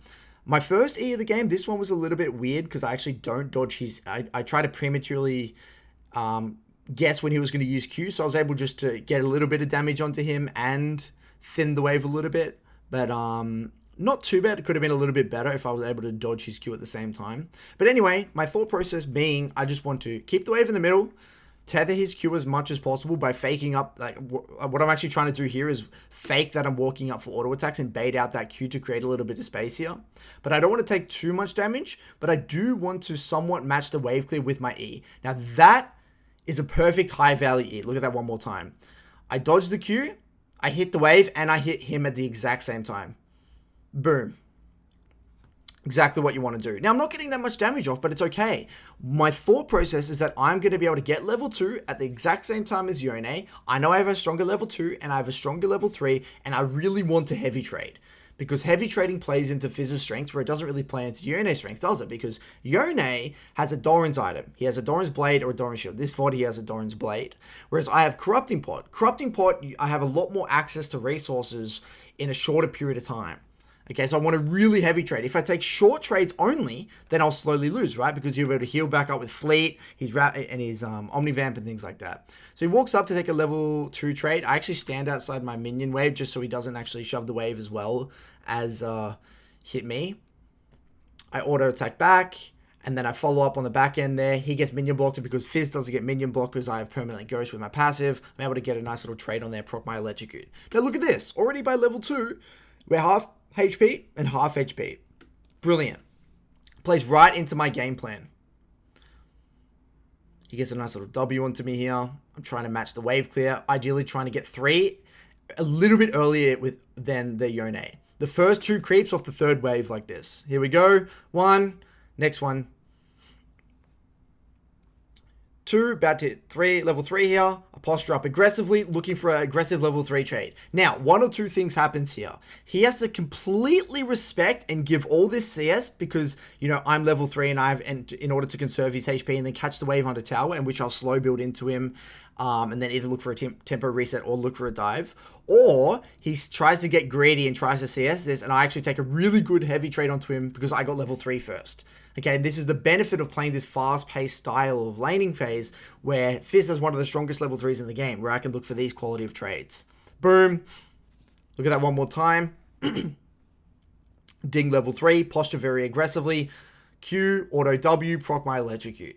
Now look at this. Yone is so low. And this is not the sort of trade you want to take on Yone, is it? And a lot of Yones will do this because they don't understand the strength of Fizz. I'm not the one with Corrupting Pot. They underestimate it. They don't respect a Fizz that is playing this aggressive. Now I just continue to shove in, thinking that Yone is actually reset, so I try to find him there, and I don't see him. So I end up just trying to shove here. And I don't use my E just in case this Yone end up deciding to stay. So in my mind right now, I'm like, all right, there's no way he's staying. Either way, that's fine. I deny all this CS, I get a really good quality reset, and then I just come back with my Dark Seal and I'm all good. So I reset in the middle of the lane, but they end up staying. I come back. I know that the Viego doesn't have much threat onto me, and I have E, I have Flash, I have everything. This Yone is really low. I do a nice little shimmy to dodge that W. Posture aggressively, trying to deny him as much CS as possible. Now I denied him basically an entire wave under tower there. He's greeting. And notice how I'm doing this little shimmy here. I'm doing this little like step forwards and backwards. Look at this. You'll see in a second as I posture up here aggressively, I'm going in and out like this. In and out, in and out, in and out. He's also doing the same, trying to tether my Q range. And all I'm trying to do is to fake, to make him walk close enough to me in which I can get into my Q range like this. See, I'm going back and forth like that. I'm trying to get into my Q range. Boom. Q auto W, ignite, and then he's dead. Now, I thought all the minions were I thought I had a lot more minions here. I didn't want to die to tower, so I ended up flashing. And I probably didn't even need to flash. Now, beautiful. Wave's going to come back out to me. First blood denied him, like, what, 2 waves? I think I'm nearly, like, a level of XP above this guy already by level 4. And this is exactly what Mangofish does. And I was shocked doing it, because I was like, wait, what? Like, this is replicable? Like, this is something you can do, like, every time? And it's true. I've done this now so many times while playing this matchup. So, and if you don't believe me, literally type in Mangofish Fizz versus Yone and you'll see basically the exact same thing happen. Literally, built wave, aggressive trade level 3, dive under tower. So now I'll come back, but now I don't have ignites. I believe I got my Dark Seal and Adorans. Now I can't trade too many minions here. I get a nice little E over that to get a pretty heavy trade. Not too bad though. Now, this next portion of the laning phase is where a lot of mistakes are made with Fizz players. I want to break this down. You'll see it in a second. So I see us under tower here. I swap to sweeper. Get rid of this ward in the middle of the lane. Now look what I do. I ward to one side. And now what do we know about this situation? I don't have any summoners. I don't have level 6. I can't kill this guy right now. I can't kill him. Now, what a lot of Fizzers do here is that they will slow build and they will stay in the lane. They will stay here for no reason. even with not many resources. Look what I do here. So I slow build, same thing, because slow building gives me a better quality reset. Playing very patient here, not giving Yone the room to breathe. I'm posturing aggressively enough that he's scared to walk up, because if he walks up, then I'm actually just going to Q onto him. The reason I pinged assistance here is because I thought that I could actually utilize this slow built wave to dive, but my Kha'Zix is not in position. Now, I could go for the potential all-in onto this Yone, but I don't feel comfortable. I know that my jungler's not here and is low and looking to reset, and I don't have Ignite more importantly. And I know this guy still has both summoners. So look what I do. Slow build, I look for a heavy trade. Don't get that good of a trade. And instead of diving on that wave, I go for a tempo reset again and spend my gold. And this is what I learned from Mangofish. He does the exact same thing. A lot of people make the mistake of trying to all in there, get nothing from it, or failing to all in, when they should just wait for their Ignite cooldown, spend the gold that they do have. The wave's going to be bouncing back out to you because you've slow built the wave. Come back, fast forward here. Now look at this. Wave's coming back out to me. Now I have Ignite coming up in a few seconds. So I heavy trade onto the Yone, knowing that the wave's coming out to me. And one or two things happens here. I heavy trade here, and he's too scared to walk up, in which he has to reset, and I freeze on my side, and I deny him a lot of CS. Or he stays, and I just all in him, and he just dies. So he's trying to get the wave out.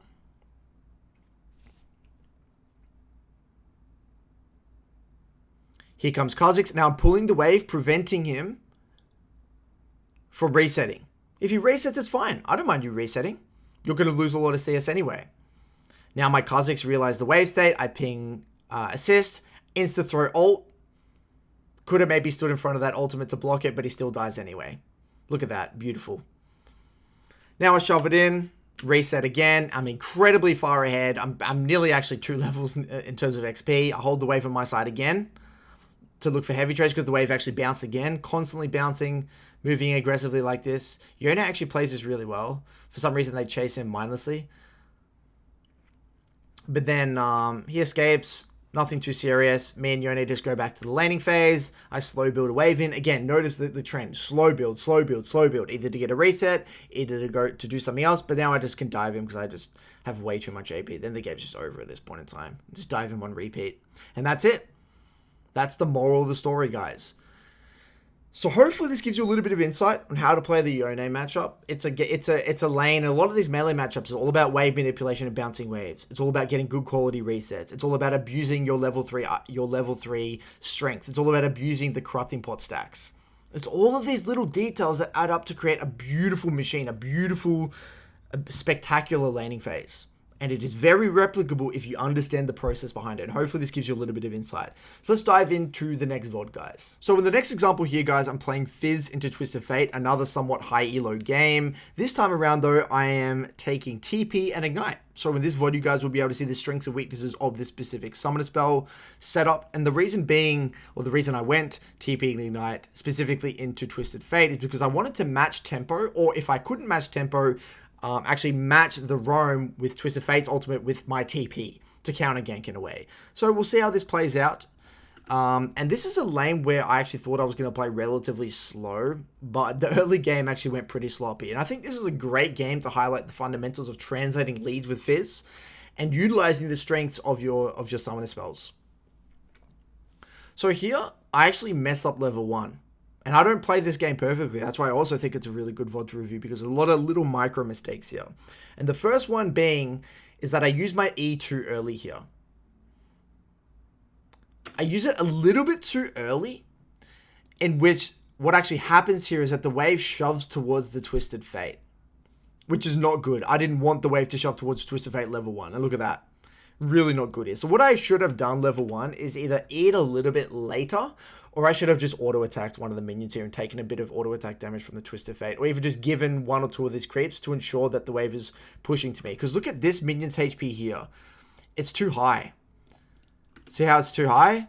This needs to be much lower. So what I should actually do is hold it a little bit longer. Maybe give that one and get this one and this one potentially.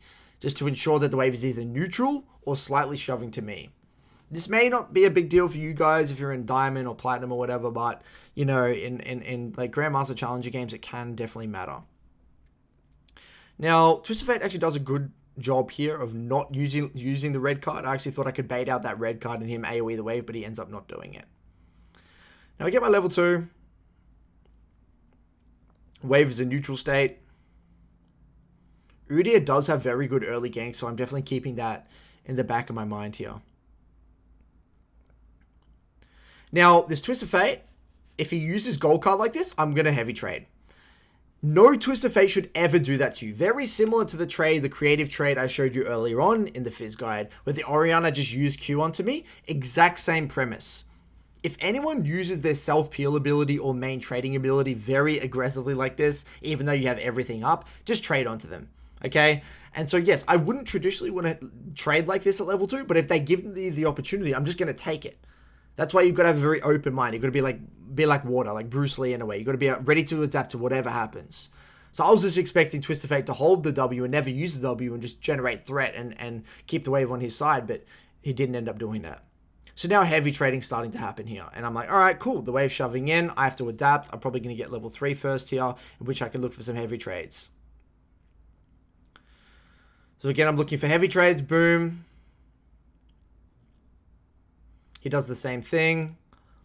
But look at the wave stage. Really not good for me. And now we're just trading very aggressively. And the only problem with doing this is that I haven't been able to get a ward. So I'm relying on my leaning. I knew that Udyr did a bot to top clear. So I just lent on the bot side. So this game got very, very messy quickly. So I end up eing over the wall. And this is one of the strengths or benefits of TP, guys. Look at this. I end up having TP and Ignite. And a TP on Fizz is a really good get out of jail free card. Now, there's 3 uses for TP. Let me actually go back and explain what these 3 uses are. And I'll kind of explain it with the wave state. Now, if you screw up your wave level 1, and this exact situation happens where the wave's deep on that side, you are too scared to actually shove the wave out and it's frozen and maybe the jungle's hovering in the area and you don't have vision and you're too low, whatever it is, TP can be used to insta-reset, come back with TP, replenish your resource, and safely get the wave out. That's one usage. Second usage, and which is actually the initial reason I started experimenting with TP, was I'm versing a heavy lane bully, whether it's an Orianna or a Victor. And what do we know when playing against champions like Ori and Victor? Tying back into the lane strategy, levels 1 and 2, they will push you in, and you're going to be playing off the bounced wave at level 3.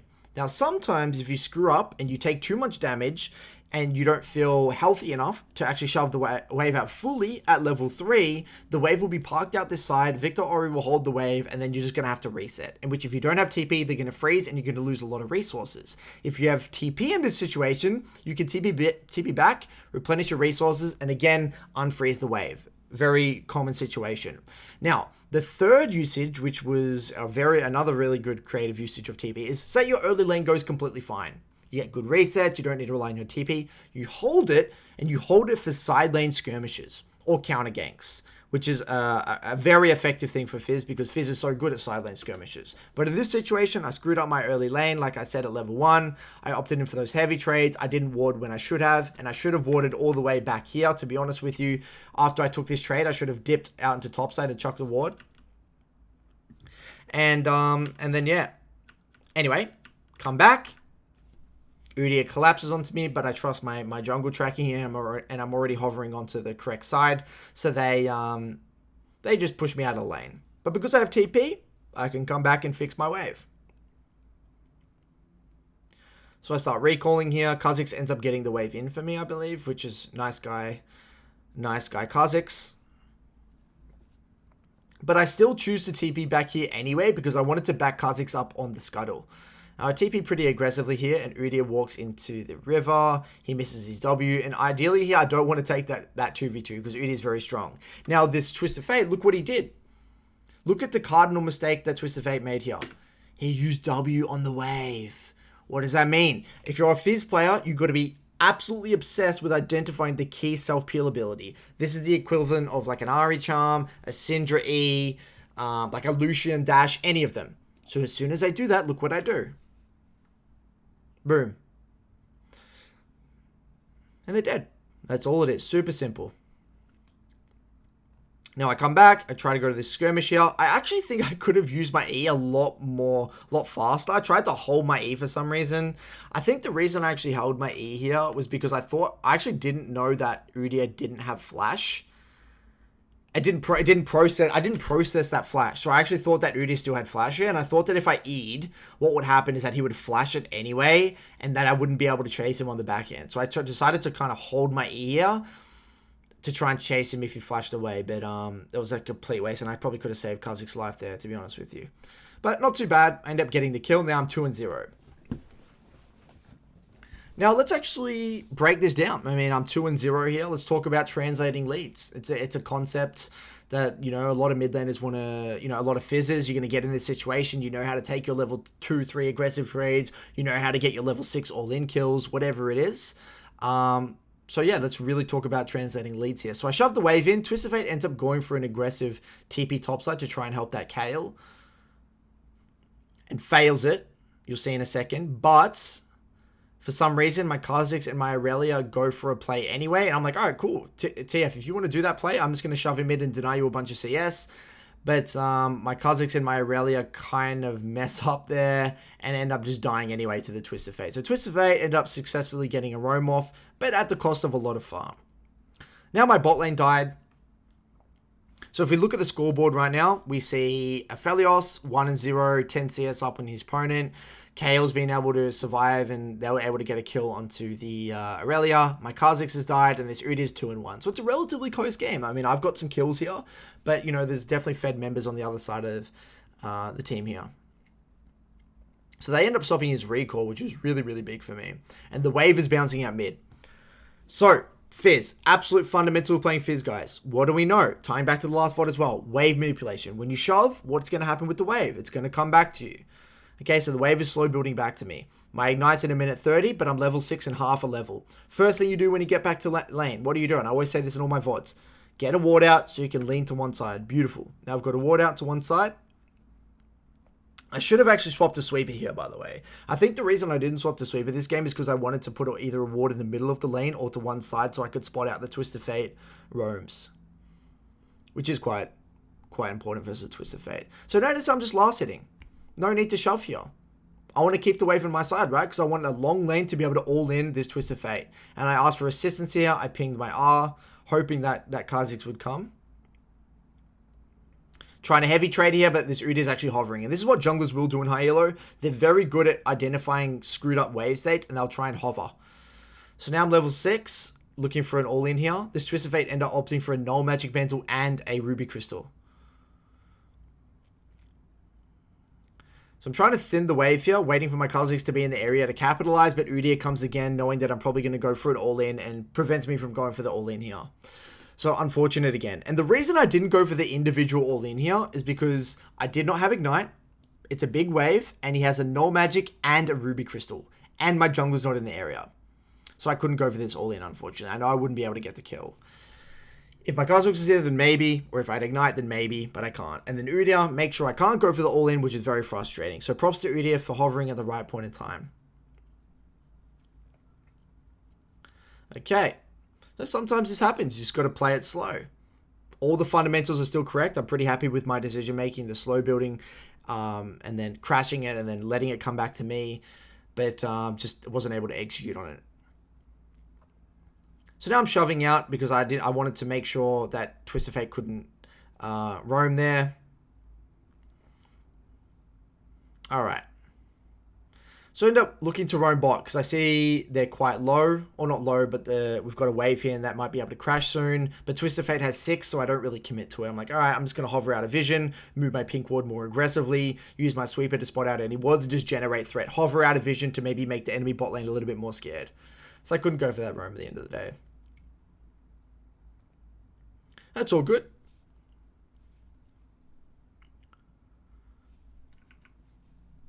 Okay. So now I'm just playing slow, looking for a heavy trade. Ooh. Okay. Let's break this down. So, Wave's in a bit of an awkward spot here. I probably, in hindsight, should have let this wave come out rather than contest it this deep into the lane. I Q, auto W, alt. He actually holds his gold card really well there. I probably should have actually walked up more. But he was under tower, so it's kind of awkward. I couldn't really walk up much further. So I could have held my E there a little bit better. He flashes and uses exhaust. So he used both sums. I'm completely happy with that. He used both sums and only used my ignite. So I'm really happy with that. Here comes Udyr. I'll just back off. Reset. No problem at all. Now, continuing to work towards my Zhonya's here. This game, I unfortunately wasn't able to get a Doran's because of my first reset. I didn't have enough gold, but sometimes that's one of the sacrifices you're going to have to make based off those early resets because I got pushed out of lane so early and I had to TP back relatively early. Time the mid flash. Very important to time mid flash. Again, I talked about that as one of the biggest mistakes people make because I need to know exactly when I can and can't use my ultimate very aggressively. Looks like they're on dragon here. So fast forwarding a little bit, I move to the dragon. Q onto the dragon to close the gap into killing the Udyr with my ultimate. Peel back onto my 80 carry.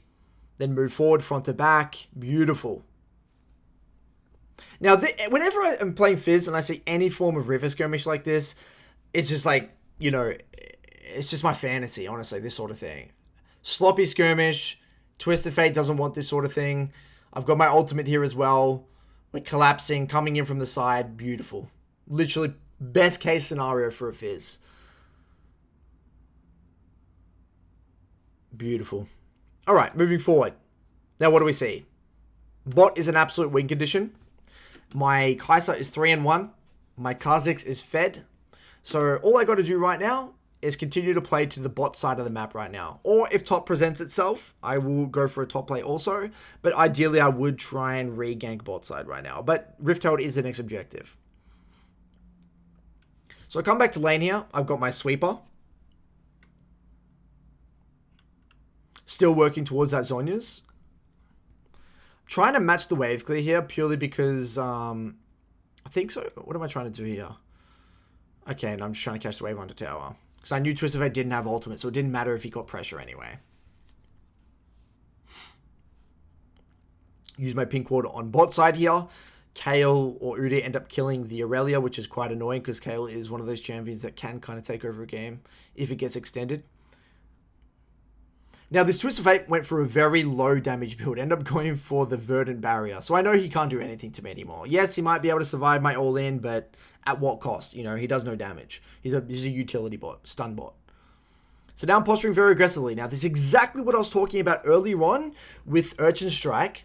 So what you want to do is posture aggressively, go in and out, and generate that threat. That's what's going to allow you to create space. That's what's also going to allow you to get in range to start the fight with Q. Look at this. Rewind it a little bit here. Look at what I'm doing with my micro here. Rather than just playing for the wave. Look at that. Trying to get in that Q range. I'm faking him out, trying to create that space.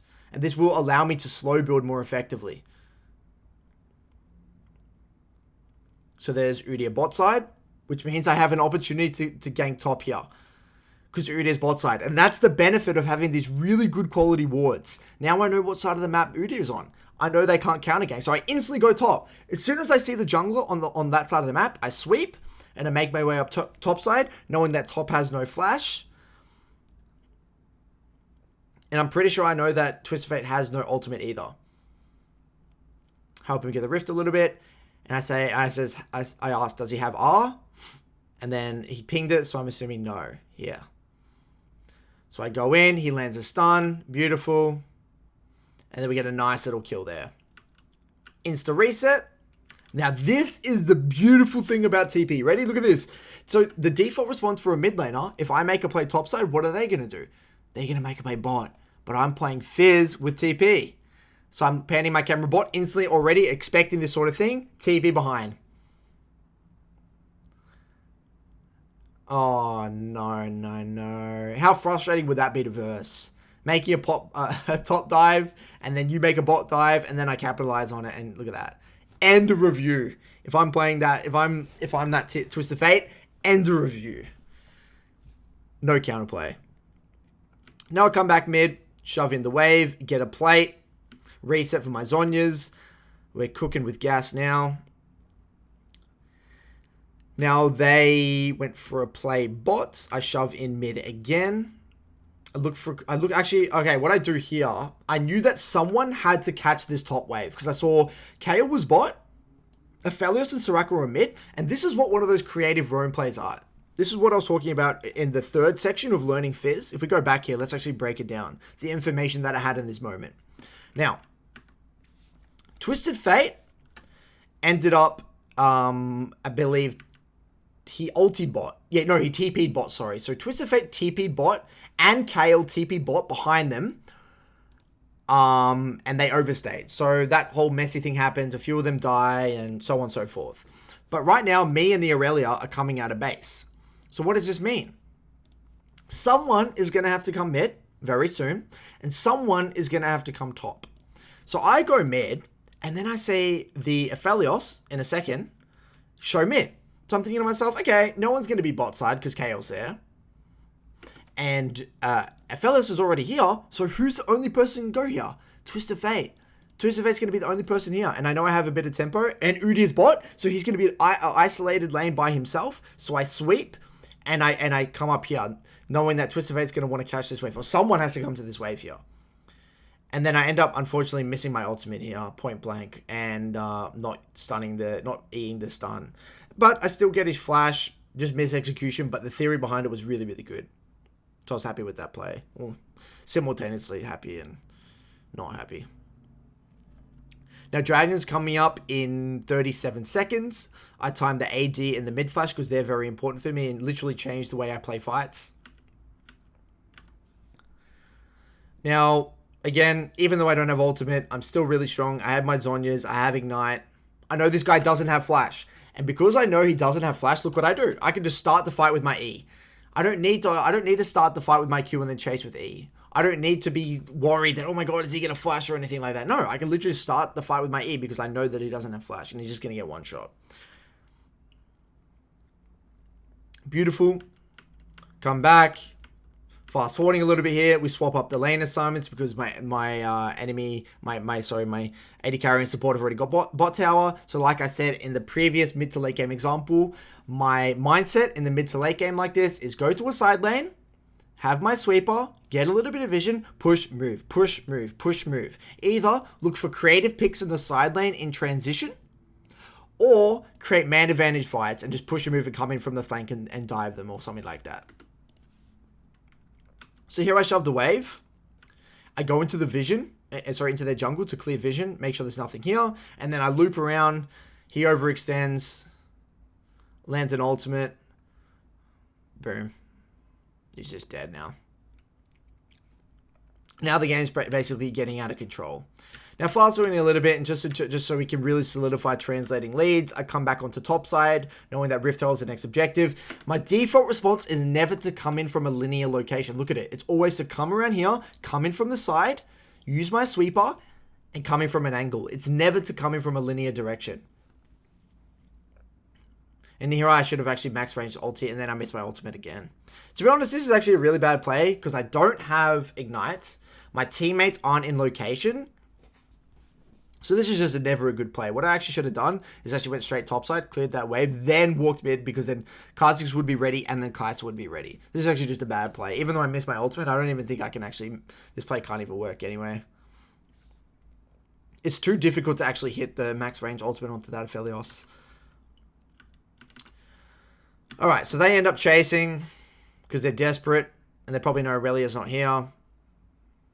But it doesn't really mean anything. Anyway, fast forwarding here, same thing. Go to the side lane. Oh, and here and actually end up TPing. TP does kind of come in handy when you get to like this mid to late game portion. If you're on one side of the map, it does allow you to be in the side lane a little bit more than you would be able to otherwise. And then fast forwarding a little bit more, same thing, side lane, side lane, side lane. And then we end up going to the Baron. And my thought process around Baron most of the time is to clear vision, sit off to the side, or if I know they're coming from one direction over here, I can just park off to one side and throw my ultimate off and be the main form of engage. So we end up looking for the Baron here. Boom. Wait for the hard CC to come through. Peel back onto the Udyr instead of diving. To be honest, I shouldn't have queued. I should have just used W and then followed with Q after that. And then we can just follow after.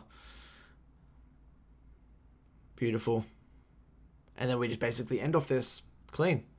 So hopefully you guys now have seen a bit of a differing spectrum between the Fizz with TP and Ignite, and a little bit of a weirder game versus a more stock standard approach with the Yone VOD.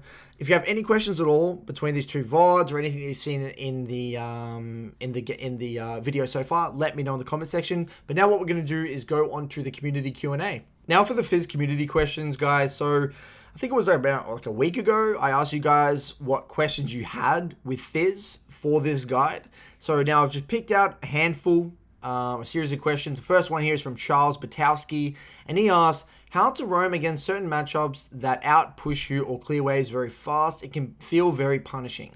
Very good question. Now, I get asked this a lot in reference to versing champions like Malzahar, and generally when I watch any VOD review, when I'm doing a coaching session or VOD review within my new mid lane academy or previous coaching sessions, and I see this sort of matchup, the biggest mistake I see is that people feel like they need to match wave clear with wave clear. For example, say this is Malzahar here, and he uses his E on the wave here. Fizz's default response, a lot of lower elo Fizzes, they're shoving the wave. I've also got to match the wave clear. So then the Fizz over here is also going to use their E on the wave. But then what happens, you're just trading pressure for pressure. You're not really getting anywhere. Yes, you might match some of the wave clear, but then Malzahar's just getting away with the free laning phase. So there's two things that you could be potentially doing in these sorts of matchups. The first one is that you should be positioning very aggressively and posturing very aggressively in the lane and making Malzahar make a choice between you and the wave, in which you should do the tethering thing, like I said in this video many a times, and looking to posture aggressive with Q, looking for a very aggressive heavy trade, especially at level 3. Level 3, level 4, level 5, because Malzahars are very weak, and a lot of these champions that have great wave clear have a very weak levels 1 to 6. So that's the first thing. Or you can actually just accept reality. Okay, Malzahar, you're going to get the wave in. I'm going to catch it under tower. I'm going to play off the bounce wave. And then I'm going to try and all-in you off the bounce wave. Or use my abilities very aggressively to try and punish you. Or use my pinks and sweepers defensively to create gank setup from my jungler, in which I'll play around my jungler, play patient, play for mid-jungle 2v2s. Okay, yes, you're not going to be able to just match wave clear from wave clear. If you use your E when they use their wave clear, then you're not going to go anywhere. You're going nowhere. You got to force heavy trades, utilize your corrupt import stacks. Second question here you had was, how do you effectively side lane when you can't 1v1 your opponent? Also a solid question. This is actually going to happen quite often. Like, even if you get ahead, sometimes you might not be able to beat that person in the side lane. That's fine. But remember, Fizz really isn't a side laning champion.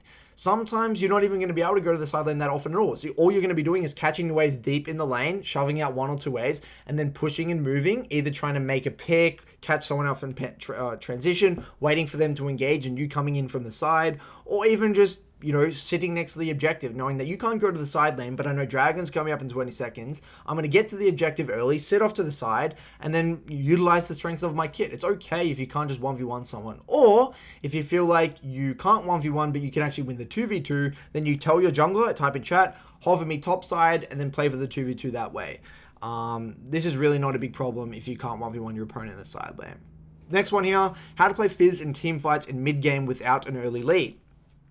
Well, I did kind of talk about how to play from behind as Fizz, but usually that's just not good. Like, you don't really want to be playing from behind as Fizz. If you're behind with Fizz, then something's gone horribly wrong. Then you need to get into a review and look at why you're behind. Playing any assassin from behind generally means you won't have an identity because you don't have any threat, and assassins rely on threats. So I wouldn't really ask myself a question like that. I would always ask myself a question like, why am I behind in this situation? What core mistakes did I really make to put myself into this position? You should always be at least even or slightly behind ahead heading into mid game. You should never be significantly behind, because if you don't, then yeah, again, you're not really gonna have a clear identity. But in the worst case scenario, when you do, then a lot of the time you're just gonna use your ult for the third one, the Gigalodon, for space base creation, and then potentially identify a role as a peel for your Fed AD carry, or maybe complement a Fed diver on your team like an Aurelia or a Camille, and just complement whoever the strong member is on your team. So hopefully that really helps you, Charles. Next question is from Luis Ernesto. How to close out games after getting leads. Hopefully I've already answered this in this video. I spoke about this a little bit so far with the mid to late game stuff and in that last example. But my biggest feedback would be, Lewis, to watch my How to Translate Leads video. I actually have a video that just works for all champions. But a lot of the time, what you need to be doing is swapping to sweeper, slow building out waves rather than just mindlessly hard shoving, which is going to give you more time to sweep, hover out of vision, and you need to be identifying what is the side that is winning and what is the side with the most kill threat. Right, sometimes you're going to have a matchup that's even and one side that's winning, but maybe the side that's even actually has more kill threat because they have more gank setup. Maybe you got like a Leona bot lane or a Nautilus or a Thresh, and they can actually follow up. So what I would recommend is really spending time in the lull states as you're coming out of base to identify what is the side lane that has the most gank setup or most kill threat. But swapping out to sweeper and calling next objective, calling for dragons, calling for rifttails, getting to fights early so you can position yourself in a great location to make picks and create man advantage fights is definitely what you also need to be doing, Lewis. So I would definitely take a look at that and refer back to my examples earlier on. Next one is from Theo Morrison. How do I effectively CS on Fizz? It feels like I always fall behind because I follow every skirmish. I would say that this is a problem less about CSing on Fizz and more about failure to identify good trading windows. If you are likely just trading farm for farm or trading pressure for pressure, similar to my first response to the first question, where if you're versing a champion like Malzahar or a Nivea or something, and you're just constantly just trading farm for farm, then eventually you're going to lose. You're not going to get every single CS. Remember I said this earlier on the guide as well. You're not going to get every single CS as Fizz. It's impossible. And even if you are, it means you're playing suboptimally because you're going to be trading too much pressure away or lowering your threat because you're going to be so chunked or you're going to have no mana. So a lot of the time, yes, you're going to have to make a long-term investment. I'm not going to get those few creeps, but that's going to allow me to play off a certain wave location or put myself in a position where I can actually trade aggressively. Okay, play for tempo resets and utilize my corrupting pot stacks. So I would really work on your wave manipulation because wave manipulation is probably your area, Theo, where you need to really work on. I would say it's less about how to CS efficiently. Next one from Don't Read My Profile Picture. Nice name, mate. How would you go about setting up a game for your jungler? Pre-6? Pre-6... To be honest with you, I don't really play for gank setup pre-6 with Fizz. I kind of play for more myself and me complementing the jungler rather than the jungler complementing me. But if I am versing a Kassadin, for example, I'll try and shove levels 1 and 2 by Eing the wave and doing those high value E's and try and shove and bounce the wave. And then again, similar to the creative trades that Mangofish did in the creative trade section when it showed you those clips, notice how Mangofish, he queued onto a minion, then did held onto his E to get the increased slow or increased radius and the slow onto the E, and then your jungler can actually follow up on that one. So make sure that you're getting the extended E with the Playful Trickster when setting up a gank for the slow. Next one here from XZY, I don't know how to say it, XZYSA. How to effectively team fight when you're the only melee on your team, which leads me to just going in and dying because there's no one who can soak the CC damage. Okay, remember, Fizz isn't always the form of engage. Sometimes when other people can follow up and you engage, then sure. But a lot of the other times you're not going to be able to. So what you need to do in these situations is either sit back to the side and peel for your fed AD carry or something like that. Or maybe your AD carry is not that fed. That's fine. Sit off to the side. Let your team be a 4 while you're off to the side. And then either one or two things will happen. All right, let's quickly draw a diagram here. Let's just say this is the dragon pit. Say like the dragon's in here. And this is like the river here. Might be a little bit of a crude drawing here, but we're over here, and let's just say this is like that red buff area, and this is like that bush here. Now, let's just say your team is a 4 over here, and the enemy 5 is walking into river here, but you're parked up over here. Now, even if they know you're here, let's just say hypothetically they just know you're here, and they're like, oh, Fizz off to the side. One or two things is going to happen. They're just going to ignore you and continually to try and engage on the 4, in which you're going to have really good backline access.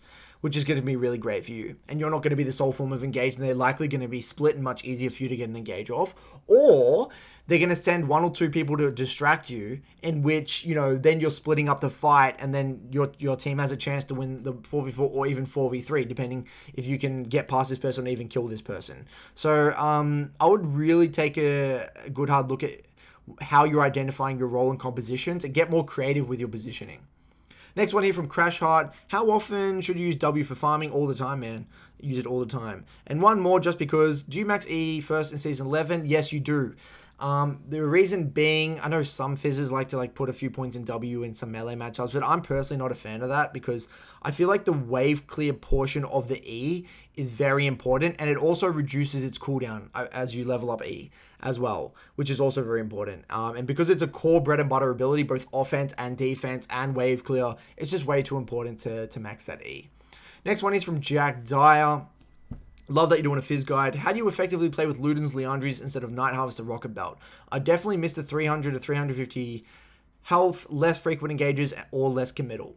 Well, to be honest with you, yes, I agree that Rocket Belt specifically was great because it increased your threat range because you had that movement speed and that dash. But I don't think it's really necessary if you have great positioning. All this means is that you're going to have to be a little bit more decisive on your positioning, be better with timing flashes, and also make sure that you're queuing first before using your R. One thing as well, I don't think Night Harvest is ever really that good on Fizz because I don't think you can actually utilize the passive on it. I would say it's only worth taking on more AoE ultimate champions like Rumble and things like that. That's why I just don't like Night Harvester. And since the Rocket Belt nerfs, it really doesn't even do much damage. I'm pretty sure you're doing very similar damage to Ludens in a burst combo anyway. And you don't really need the durability from Rocket Belt. So I would say that I wouldn't worry too much about this. I think just rely more on your positioning, getting to fights earlier, and pay attention to summoner spells and things like that. Because remember, we really need the mana from Ludens and Liandry's. So keep that in mind. And hopefully this guide is I've really kind of pushed the emphasis on positioning and getting to fights earlier. And how important really understanding your role is in team fights is. Because I'm assuming before, Jack, what was actually happening is that you were relying on Rocket Belt to compensate for the lack of poor positioning or R accuracy, or not understanding how to utilize your Q to close the gap properly, or something like that. Nathan here says, when is it better to wait for E for the larger radius compared to immediately recasting? Great question, Nathan. This is something that took me a little while to figure out, but I would say that there's no clear-cut formula.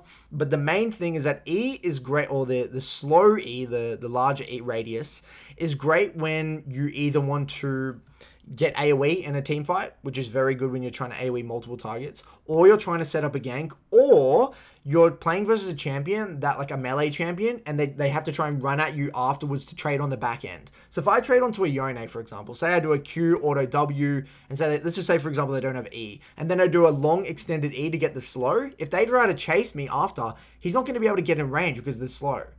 But if I'm versing, say, like a range champion, like a Victor or a Syndra or Orianna or something like that, having the extended larger radius E doesn't really do anything for my trading patterns because slowing them doesn't change their ability to hit damage onto me. So in that way, I can do faster combos, get in and out. So I would kind of do it that way. Or if I'm going for a quick one-shot as well, and I know they have summoners, and I want to utilize the knock-up speed, or the knock-up duration, of my ultimate, then as well, the fast recast would be more appropriate as well. Hopefully that answers your question, Nathan. Next one here from Gabbo Rage. I see Fizz as similar to Echo. However, I struggle with Fizz when due to either the enemy jungle taking a plate or a roam. I find myself having the wave sitting near their tower. In that case, I can't really crash it because if I use my E on the wave, I might get hit by towers or get full combo from the enemy. And if the enemy player is good, he will keep the wave to their side, denying me a lot of CS. Okay, so what I'm assuming you're asking here is what happens when the enemy keeps the wave on their side? Well, two things here that you might want to consider doing. Three things, actually. First one, when you're slow building a wave out after a crash, so they've crashed it and you've allowed them to crash it and you're playing off a slow built wave, you need to be posturing very aggressively to take really heavy trades. Hopefully by the time the wave is coming out to their side, they're either too low or too scared, in which the wave actually crashes. Secondly, sometimes it's okay, you're not going to be able to get the wave in which, okay, cool, you're playing Fizz, remember? And side laners are very bad at respecting side lane roams. So if you hover out of vision, you sweep, and you pretend you roam, a lot of the time they're just going to panic and try and and try and shove it out or whatever's going to happen, or you're literally genuinely just going to be able to get a roam off. The amount of times that I've played Fizz, I've accepted reality that they've frozen the wave on their side, and I just go for a roam and it works. It's unbelievable because my champion is so good at skirmishing and so good at diving. Or the third one, sometimes you're just going to have to tempo reset, come back with fully replenished resources, and then when you come back, yes, you might miss like half a wave or whatever it is, but then you'll be able to unfreeze it, but you're going to have big tempo over the enemy, in which you can do something with that tempo. So, this is the sad reality sometimes of playing Fizz. It does happen, but because your threat from roams is so high, not many people can really afford to freeze into you. Very similar to the cat situation. Now, last one here I think is from Jason Yin. I'd love to know how to navigate hard counters such as Pantheon and Renekton. Now, these sorts of matchups, man, look, you're not going to win the 1v1. That's completely fine. You're not going to win the 1v1. So what I try to do in these matchups is allow them to shove me in, play off bounced waves, play with my jungle's location, take a lot of very often tempo resets, utilizing my corrupting pot stacks, and waiting for any sort of form of mid-jungle 2v2. In both of these matchups, Fizz is not too bad as well because these champions can't really poke you under tower, and on top of this, Fizz has a really good build path into AD champions because he can get an early Seekers without really feeling like he's delaying his first core item spike. So just play slow, patient, hold your E for as long as possible and try and CS with as many auto attacks as possible and use your E reactively to their core gap closing ability or main CC ability. And actually, post 6, you have a lot of gank threat onto these two champions, believe it or not. When I play a lot of Renekton mid, and when I verse champions like Yone or Fizz or Akali and things like that, believe it or not, if I'm just shoving, post 6, I'm very vulnerable to ganks. Because I actually can't E backwards through my own minion wave. I can only get the double E if I'm actually Eing through the enemy minions as well. So if I'm really extended, I'm actually screwed. So I'll actually try to call for ganks post 6 as well, believe it or not. So yeah, man, really not much you can do. Hopefully those limited pieces of advice puts you on the right path, dude. So hopefully this really helps you guys. Put a lot of effort into this one. So let me know what you think. If you have any more questions, I'll try and get to as many of you as possible. And I'm still been working on my mid lane academy, and I'll be releasing a video on that very soon as well. So stay tuned. Until then, I'll see you in the next video, guys. Cheers.